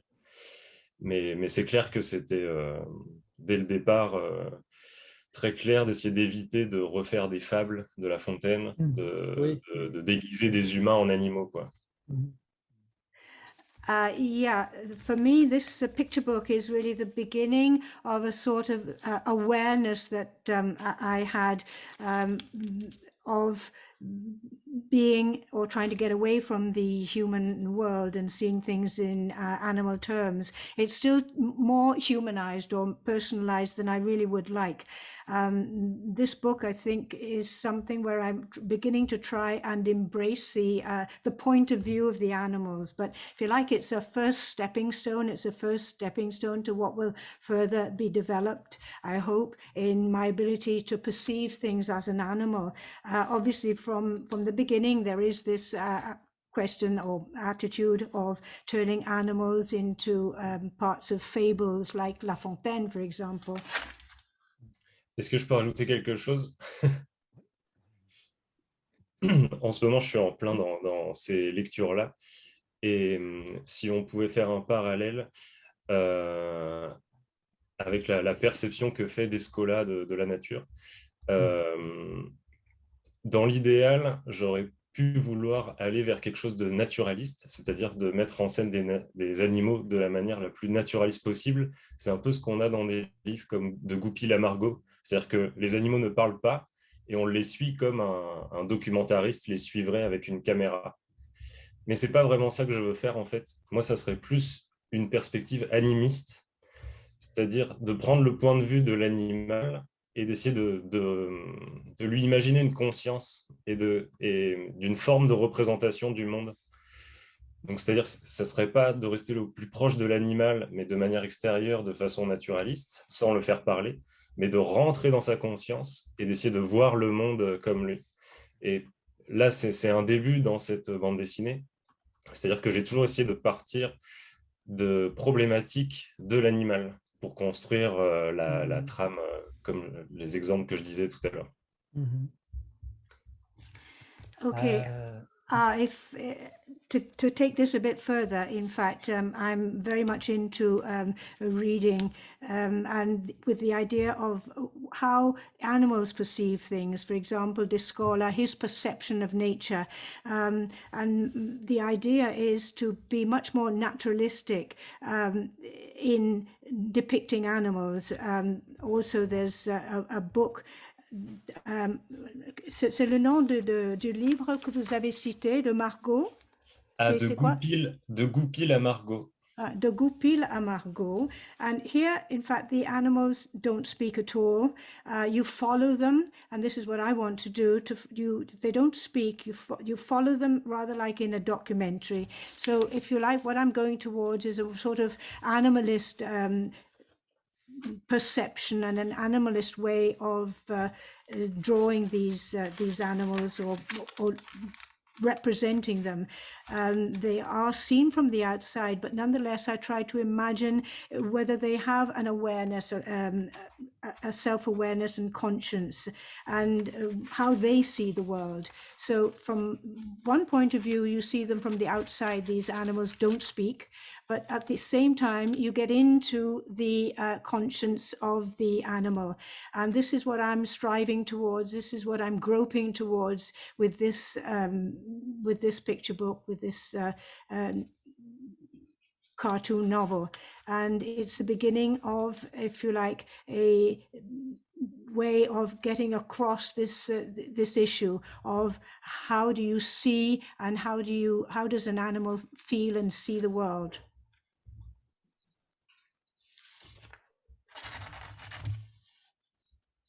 De Goupil à Margot, c'est l'écrivain de La guerre des boutons. De la guerre de? La guerre des boutons, c'est très connu en France. Okay. This author has done the guerre des boutons, which is very famous in France. I don't know whether that translates as the button war. Je sais pas. No. La guerra dei bottoni. Et j'ai une question pour Olivier. Et bon, les discours de la panthère est un bon exemple peut-être du style 2024, c'est-à-dire un livre qui est apparemment très simple, mais en même temps très sophistiqué et avec un format qui évidemment joue un rôle dans l'expérience de lecture aussi. Et c'est aussi un livre qui, comme on disait avant, est un peu différent par rapport aux autres livres de Jérémie. Alors, je voulais demander comment avez-vous travaillé ensemble pour réaliser cet album. The question was to Olivier, again, the publisher. It's very much in the style of 2024, the name of the publisher. It's at the same time a very simple book, but yet very sophisticated one. And it's also a learning experience for the reader. It's also very different from the other books that Jérémie has written. So the question is, how did you work together with him to develop this book? Donc, il y a plusieurs questions, mais la rencontre avec Jérémie, elle s'est faite assez naturellement. Finalement, on s'est croisés quelques fois à des vernissages ou sur des salons. Et de fait, on avait chacun de nos côtés, à la fois nous chez 2024 et lui de son côté, repéré le travail les uns des autres. Il y a chez 2024, en tout cas dans l'intention de départ, vraiment, et puis il y a aussi un phénomène, une dynamique générationnelle où globalement on travaille, vous l'avez dit tout à l'heure, avec des jeunes auteurs ou des auteurs, même si on est un petit peu moins jeune qu'il y a 10 ans, mais en tout cas il y a cet ancrage comme ça dans un bain culturel commun. Et Et Jérémy, de son côté, partage aussi plein des références qui nous ont construits. Et naturellement, finalement, on avait constaté, chacun indépendamment, qu'on avait certainement quelque chose à faire ensemble. Donc ça s'est fait avec le discours de la panthère. Et c'est vrai que c'est un livre qui correspond bien au cœur de catalogue qu'on construit. C'est-à-dire que c'est à la fois... globalement, apparemment en tout cas, un refus du réel, c'est-à-dire qu'on est dans de la fiction toujours, pas d'autobiographie, pas de reportage, et des auteurs qui construisent un univers fort à côté du réel, et en même temps des livres qu'on espère à la fois assez accessibles à la lecture, sans renoncer à l'intelligence et à une démarche d'auteur affirmée, quoi. Et après, c'est vrai qu'on vous l'avait évoqué rapidement, mais ça correspond à nos envies et à ce pourquoi on a monté une maison d'édition, mais on est attaché à construire des objets autour du livre. On travaille sans collection, on accorde beaucoup de temps et d'espace aux questions de fabrication, au choix de papier, au choix de format. On se refuse pas grand-chose a priori d'options à mettre sur le livre, etc. Et finalement, c'est des échanges avec l'auteur et puis entre nous sur qu'est-ce qu'on construit comme objet pour accompagner au mieux l'œuvre. Ça donne souvent des livres assez grands et avec des fluos et assez qu'on espère assez attirants, mais en fait ça donne aussi parfois des livres très simples quand on estime que c'est le meilleur moyen de porter l'œuvre vers son public. Et c'est vrai qu'avec ce bouquin-là, on avait envie de faire un livre assez qu'on a envie de garder, un livre qui, de notre point de vue, est fait pour tenir dans le temps. Il n'est pas du tout marqué à la fois si, il est très ancré dans des problématiques de notre époque, et en même temps, on espère qu'il a une portée beaucoup plus large et que c'est un bouquin qui peut rester longtemps. Donc, on avait envie aussi d'une fable qui permet de lui faire traverser un peu les années. Voilà, puis je crois que Jérémy aussi avait cette envie-là en venant vers nous de s'ouvrir des possibilités de format, de pagination. C'est toujours assez gratifiant pour un auteur aussi d'avoir des portes ouvertes sur la façon dont l'objet se construit, quoi. Okay, so in fact, the coming together and the meeting with Jeremy was something quite natural. We'd met each other at various exhibitions and in our lives, and it was quite obvious that we had something in common and that we should really work together. Also at our publishing house, 2024, there is a generational issue that we usually, we're fairly young, and we also work with young cartoonists and young authors. And we, of course, therefore, with Jeremy, had, if you like, a common cultural background, as it were.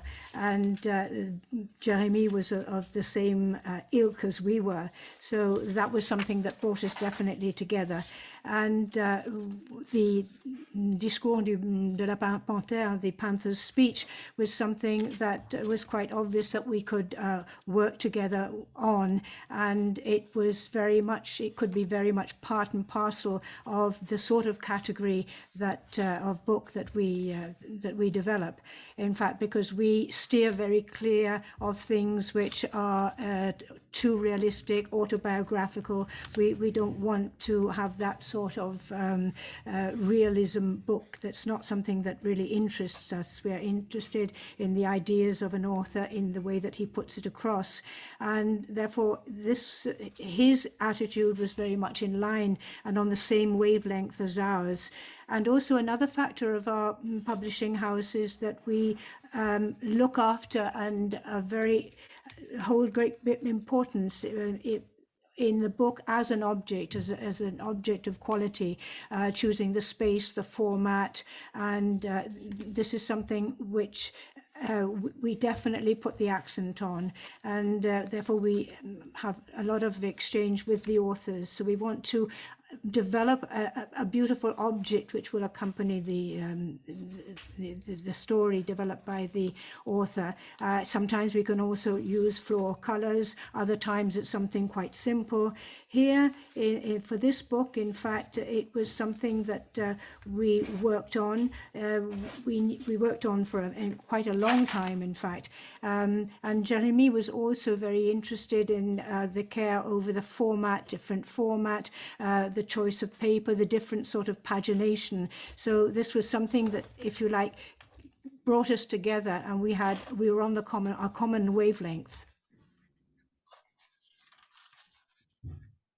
Et puisque les livres il a vaincu les prix pour lecteurs adolescents, je voulais demander à vous deux, en fait, à Olivier et Jérémy, si quand vous avez commencé à travailler ensemble ces livres, vous avez pensé à un public d'adolescents, ou si ça est arrivé après. My question is about the target audience. It won the prize for young adults or adolescents. So I'd like to ask Olivier and Jérémy, were you already thinking of that sort of adolescent public? Je réponds. Parce qu'en fait, disons qu'à la base, c'était vraiment des idées qui étaient déconnectées les unes des autres. Et je pensais en faire des petits livres pour enfants. Et finalement, à chaque fois que j'essayais de me mettre à les écrire, en imaginant que ça allait être pour des petits-enfants, ça me retirait un petit peu tout l'intérêt que j'y voyais, toute la matière philosophique que j'avais envie de mettre dedans. J'avais tendance à la retirer, du coup, de ne pas savoir comment les écrire. Et ce qui a tout débloqué, c'est comment j'ai commencé à arrêter de penser à qui ça s'adressait. Donc, de ne pas savoir si ça intéresserait des adolescents, des enfants, des adultes. Et je les ai vraiment écrites comme je voulais les écrire. Et le fait, du coup, de les entrelacer les unes dans les autres, d'en faire un grand récit qui comprenne plusieurs petites histoires, ça m'a complètement débloqué l'écriture du projet. Et c'est vrai que là, du coup, les éditions 2024, Olivier et Simon, m'ont vraiment encouragé à créer, à rendre plus cohérent l'univers et faire que les histoires s'entremêlent bien. Le fait que des personnages, on les retrouve d'une histoire à l'autre, c'est vraiment eux qui m'ont guidé vers cette idée-là. Et je pense que ça rend le projet beaucoup plus fort. In fact, at the beginning, this was a series of completely disconnected stories that I had aimed to develop in as little small books for very young children. But the more I went ahead on this, and the more I started fixing on the idea that it had to be for little children, that the less I was satisfied, and the more I seemed to be distanced from the philosophical things that I wanted to talk about, and the less I became interested in it, therefore. And therefore, it sort of stymied me, it stopped me, and I couldn't really get any further. But the moment I stopped thinking about the fact that it had to be for little children, and didn't even worry about the public, that's when things got off the ground. I just sort of forgot who I was aiming at, whether it was a young child, a young adult, or for adults. And that was something that really got the thing going and allowed me to sort of produce. And therefore, I was able to link the stories and make it into one whole story, even if in different episodes, as it were. It sort of unblocked me. And also the people in Édition 2024, Olivier and Simon, they helped me and encouraged me to make this a coherent universe. In other words, to have the characters going from one story to another, to make the thing a whole. Je peux rajouter quelque chose. C'est vrai que dans l'idée, quand j'écris une histoire, je suis vraiment dans cette idée tintinesque, je ne sais pas comment on dit, de faire quelque chose qui s'adresse aux 7 à 77 ans. J'aimerais toujours faire des histoires qui soient le plus universelles possible. Mais après, voilà, je suis extrêmement content que ça puisse parler à des adolescents. J'ai quand même tendance à penser que les lectures qu'on fait à l'âge de l'adolescence transforment beaucoup plus le lecteur que chez un adulte qui a déjà énormément de références, qui est déjà très formé en général, et qui donc fait une lecture beaucoup plus en comparaison avec une grande quantité d'œuvres. À l'adolescence, on peut vraiment avoir des œuvres comme ça qui rentrent dans nos vies et qui nous transforment radicalement pour le reste de la vie. When I write stories, in fact, my aim is, rather than saying that it's for one type of public or another, to be able to have a story which is as universal as possible, and not just for one particular public. Also, I think that, but I'm very happy, of course, that it's directed at young adults or adolescents, also because I think that what you read as an adolescent transforms you and changes your mindset much more than when adults read something, because of course an adult already has lots of references, is already formed, if you like, mentally, and reads as a way, or reads by comparison of what he or she already knows, whereas an adolescent, in fact, is the sort of reading that an adolescent does is much more likely to get into his skin and transform his life. En fait, j'ai lu les discours de la panthère et puis dans presque le même temps, et je pensais que ce serait intéressant de savoir quel type de lecture un adolescent peut faire de ces livres, parce qu'ils sont tous les deux, ils abordent une question énorme, bon, plusieurs questions énormes, mais en particulier, ce qui m'a frappé, c'est que je pense que tu as cherché représenter les moments où l'homme commence à se percevoir comme différent ou séparé des autres vivants. Et donc, c'est une sorte de réflexion sur l'origine de la civilisation, vraiment des choses qui sont essentielles. Et surtout dans les discours de la panthère, j'ai comme une sorte de sentiment du destin inévitable. Et donc, c'est comme, voilà, tous les animaux, d'une manière ou d'une autre, désobéissent au discours de la panthère. Et à la fin, quand on arrive à la page finale, à l'image finale qui est vraiment très forte, il y a comme la sensation qu'il ne pouvait pas naître autrement, et que le discours de la panthère est de quelque sorte incompatible avec la vie humaine. Alors, je me demandais si c'est parce que je ne suis plus un adolescent, et si un lecteur adolescent pourrait voir un sens des possibilités dans ces histoires plutôt qu'un sens d'inévitabilité. Et donc, je voulais te demander si tu penses que nous sommes inévitables. Wow. Okay, I read the discours, the Panther's speech, the Panther's speech, and also the other one, Pense et les plis du monde.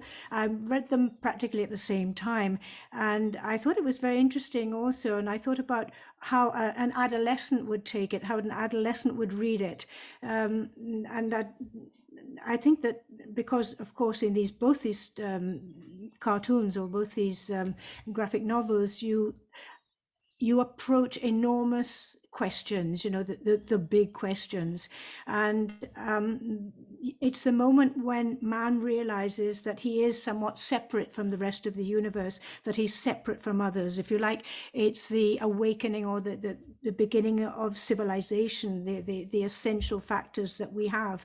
And there's, however, also, especially in the Panther's speech, there's this feeling of an inevitable destiny. And at the end of the day, the animals in the various stories don't obey the indications of the panther, or what the panther says, and at the end, therefore, there is sort of something, you have this very touching feeling that it could not be any other way. and therefore what the panther says, in fact, is incompatible with real life. I'd like to, as I'm no longer an adolescent, and that's how I read it, do you think an adolescent reads the story in this way, that everything is not sort of so fixed in time, is not so inevitable? How do you see the adolescent reading this? And do you think that there is this inevitable destiny that we face? Pour moi, c'est vraiment des livres qui ont été produits dans leur époque, et l'époque de ce qu'on appelle du coup l'anthropocène, quoi, la crise climatique. Et donc, c'est des livres qui sont marqués par ça. En ce moment, je lis énormément Bruno Latour, et il m'apporte beaucoup de clés pour comprendre ce qui nous arrive. Et c'est vraiment l'idée que la production humaine aujourd'hui est projetée vers un infini. La meilleure métaphore, c'est Elon Musk et le fait qu'on va vouloir produire et partir sur une autre planète, coloniser une autre planète, puis ensuite une autre planète, etc. à l'infini. Et vraiment, ce que dit Bruno Latour, c'est que tout ça, c'est un tir dans le vide et on va être ramené sur Terre, ce qu'il appelle Gaïa, la Terre. C'est-à-dire que cette projection à l'infini, on est rattrapé par le fait que la Terre n'est qu'une, elle est close, et qu'on va devoir arriver à composer avec les ressources qu'il y a sur cette Terre. Bon, c'est un peu abstrait dit comme ça, mais Pense, pour moi, raconte ça. C'est-à-dire que c'est la première étincelle de la production humaine avec la révolution néolithique. Et en fait, très vite, il comprend que ce champ va apporter énormément de malheur, ce champ de culture. Et donc, je finis le livre sur « il faudrait redevenir nomade ». Évidemment, c'est pas une grande perspective pour les adolescents dans le monde dans lequel on est, mais c'est que moi, c'est une pensée que je suis en train de mettre en place aussi. Et j'ai des éléments de réponse qui viendront dans mes prochains albums. Mais ensuite, le discours de la panthère, pour moi, il est intéressant parce que faire cet exercice de sortir des humains, même moi, en tant qu'auteur, en fait, ça m'a fait très étrange de, pendant plusieurs mois, ne plus dessiner d'humains, ne dessiner que des animaux, de me projeter dans eux. En plus, c'est tombé un moment donné où c'était le confinement avec la crise du coronavirus. Donc, j'étais vraiment presque sans les hommes, uniquement perdu avec les animaux. Et voilà, je pense que les clés, les perspectives d'avenir pour les adolescents viendront peut-être plus dans de prochaines bandes dessinées. Disons que pour le moment, c'est un constat. Okay. This book, in fact, is very much a child of its age and the age that we live, you know, with the Anthropocene, with the idea of climate change. And at the moment I was reading Bruno Latour very much, and he has some very clear ideas about what we have done to the world and what is going to happen.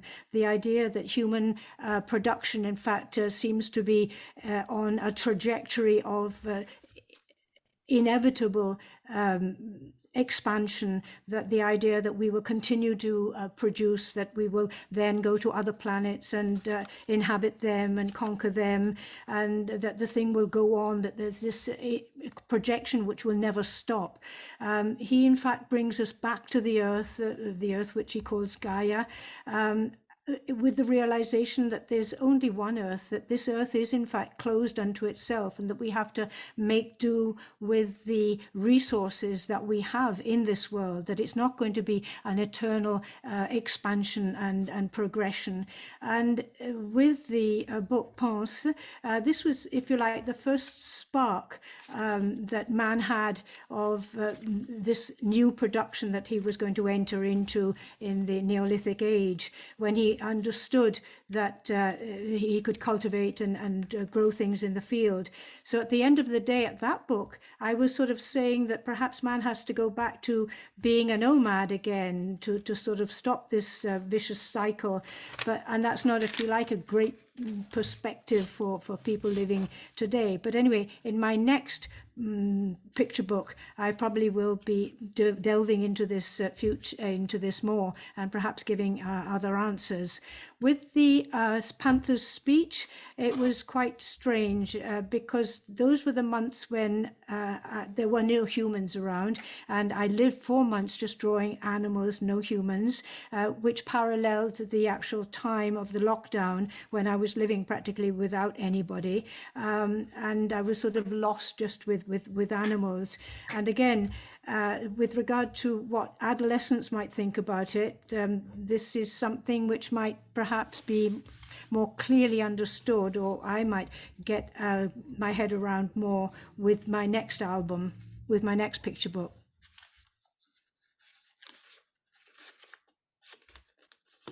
Bon, et si David n'a pas d'autres questions, je crois qu'on a presque terminé notre temps. Donc si...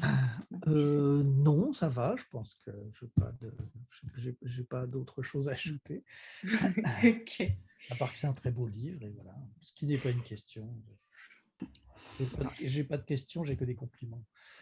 Yes, I don't have any questions apart from that. It's a great book, very beautiful book, and Et moi, je suis très heureux d'avoir eu David B dans le jury. Bon, bah, merci. Non, c'est pas que j'ai pas de questions, mais j'ai plein de questions, évidemment, mais bon, après, ça déborderait du cadre mais on aura peut-être l'occasion de les poser une fois plus tard, quand il n'y aura plus de Covid et qu'il y aura à nouveau des festivals. Okay. Jeremy said he was very happy to have David among the jury, and David said, well, you know, it's not that I don't have any questions, I've got lots of questions, but perhaps we'd go beyond our time and beyond the scope of this discussion. Let's hope, if you like, there's another sort of lockdown, and that we can also have another festival.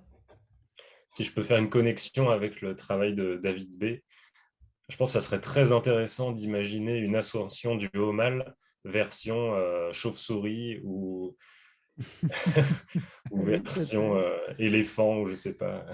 Oui, ah, bah, oui, j'aime beaucoup les chauves-souris.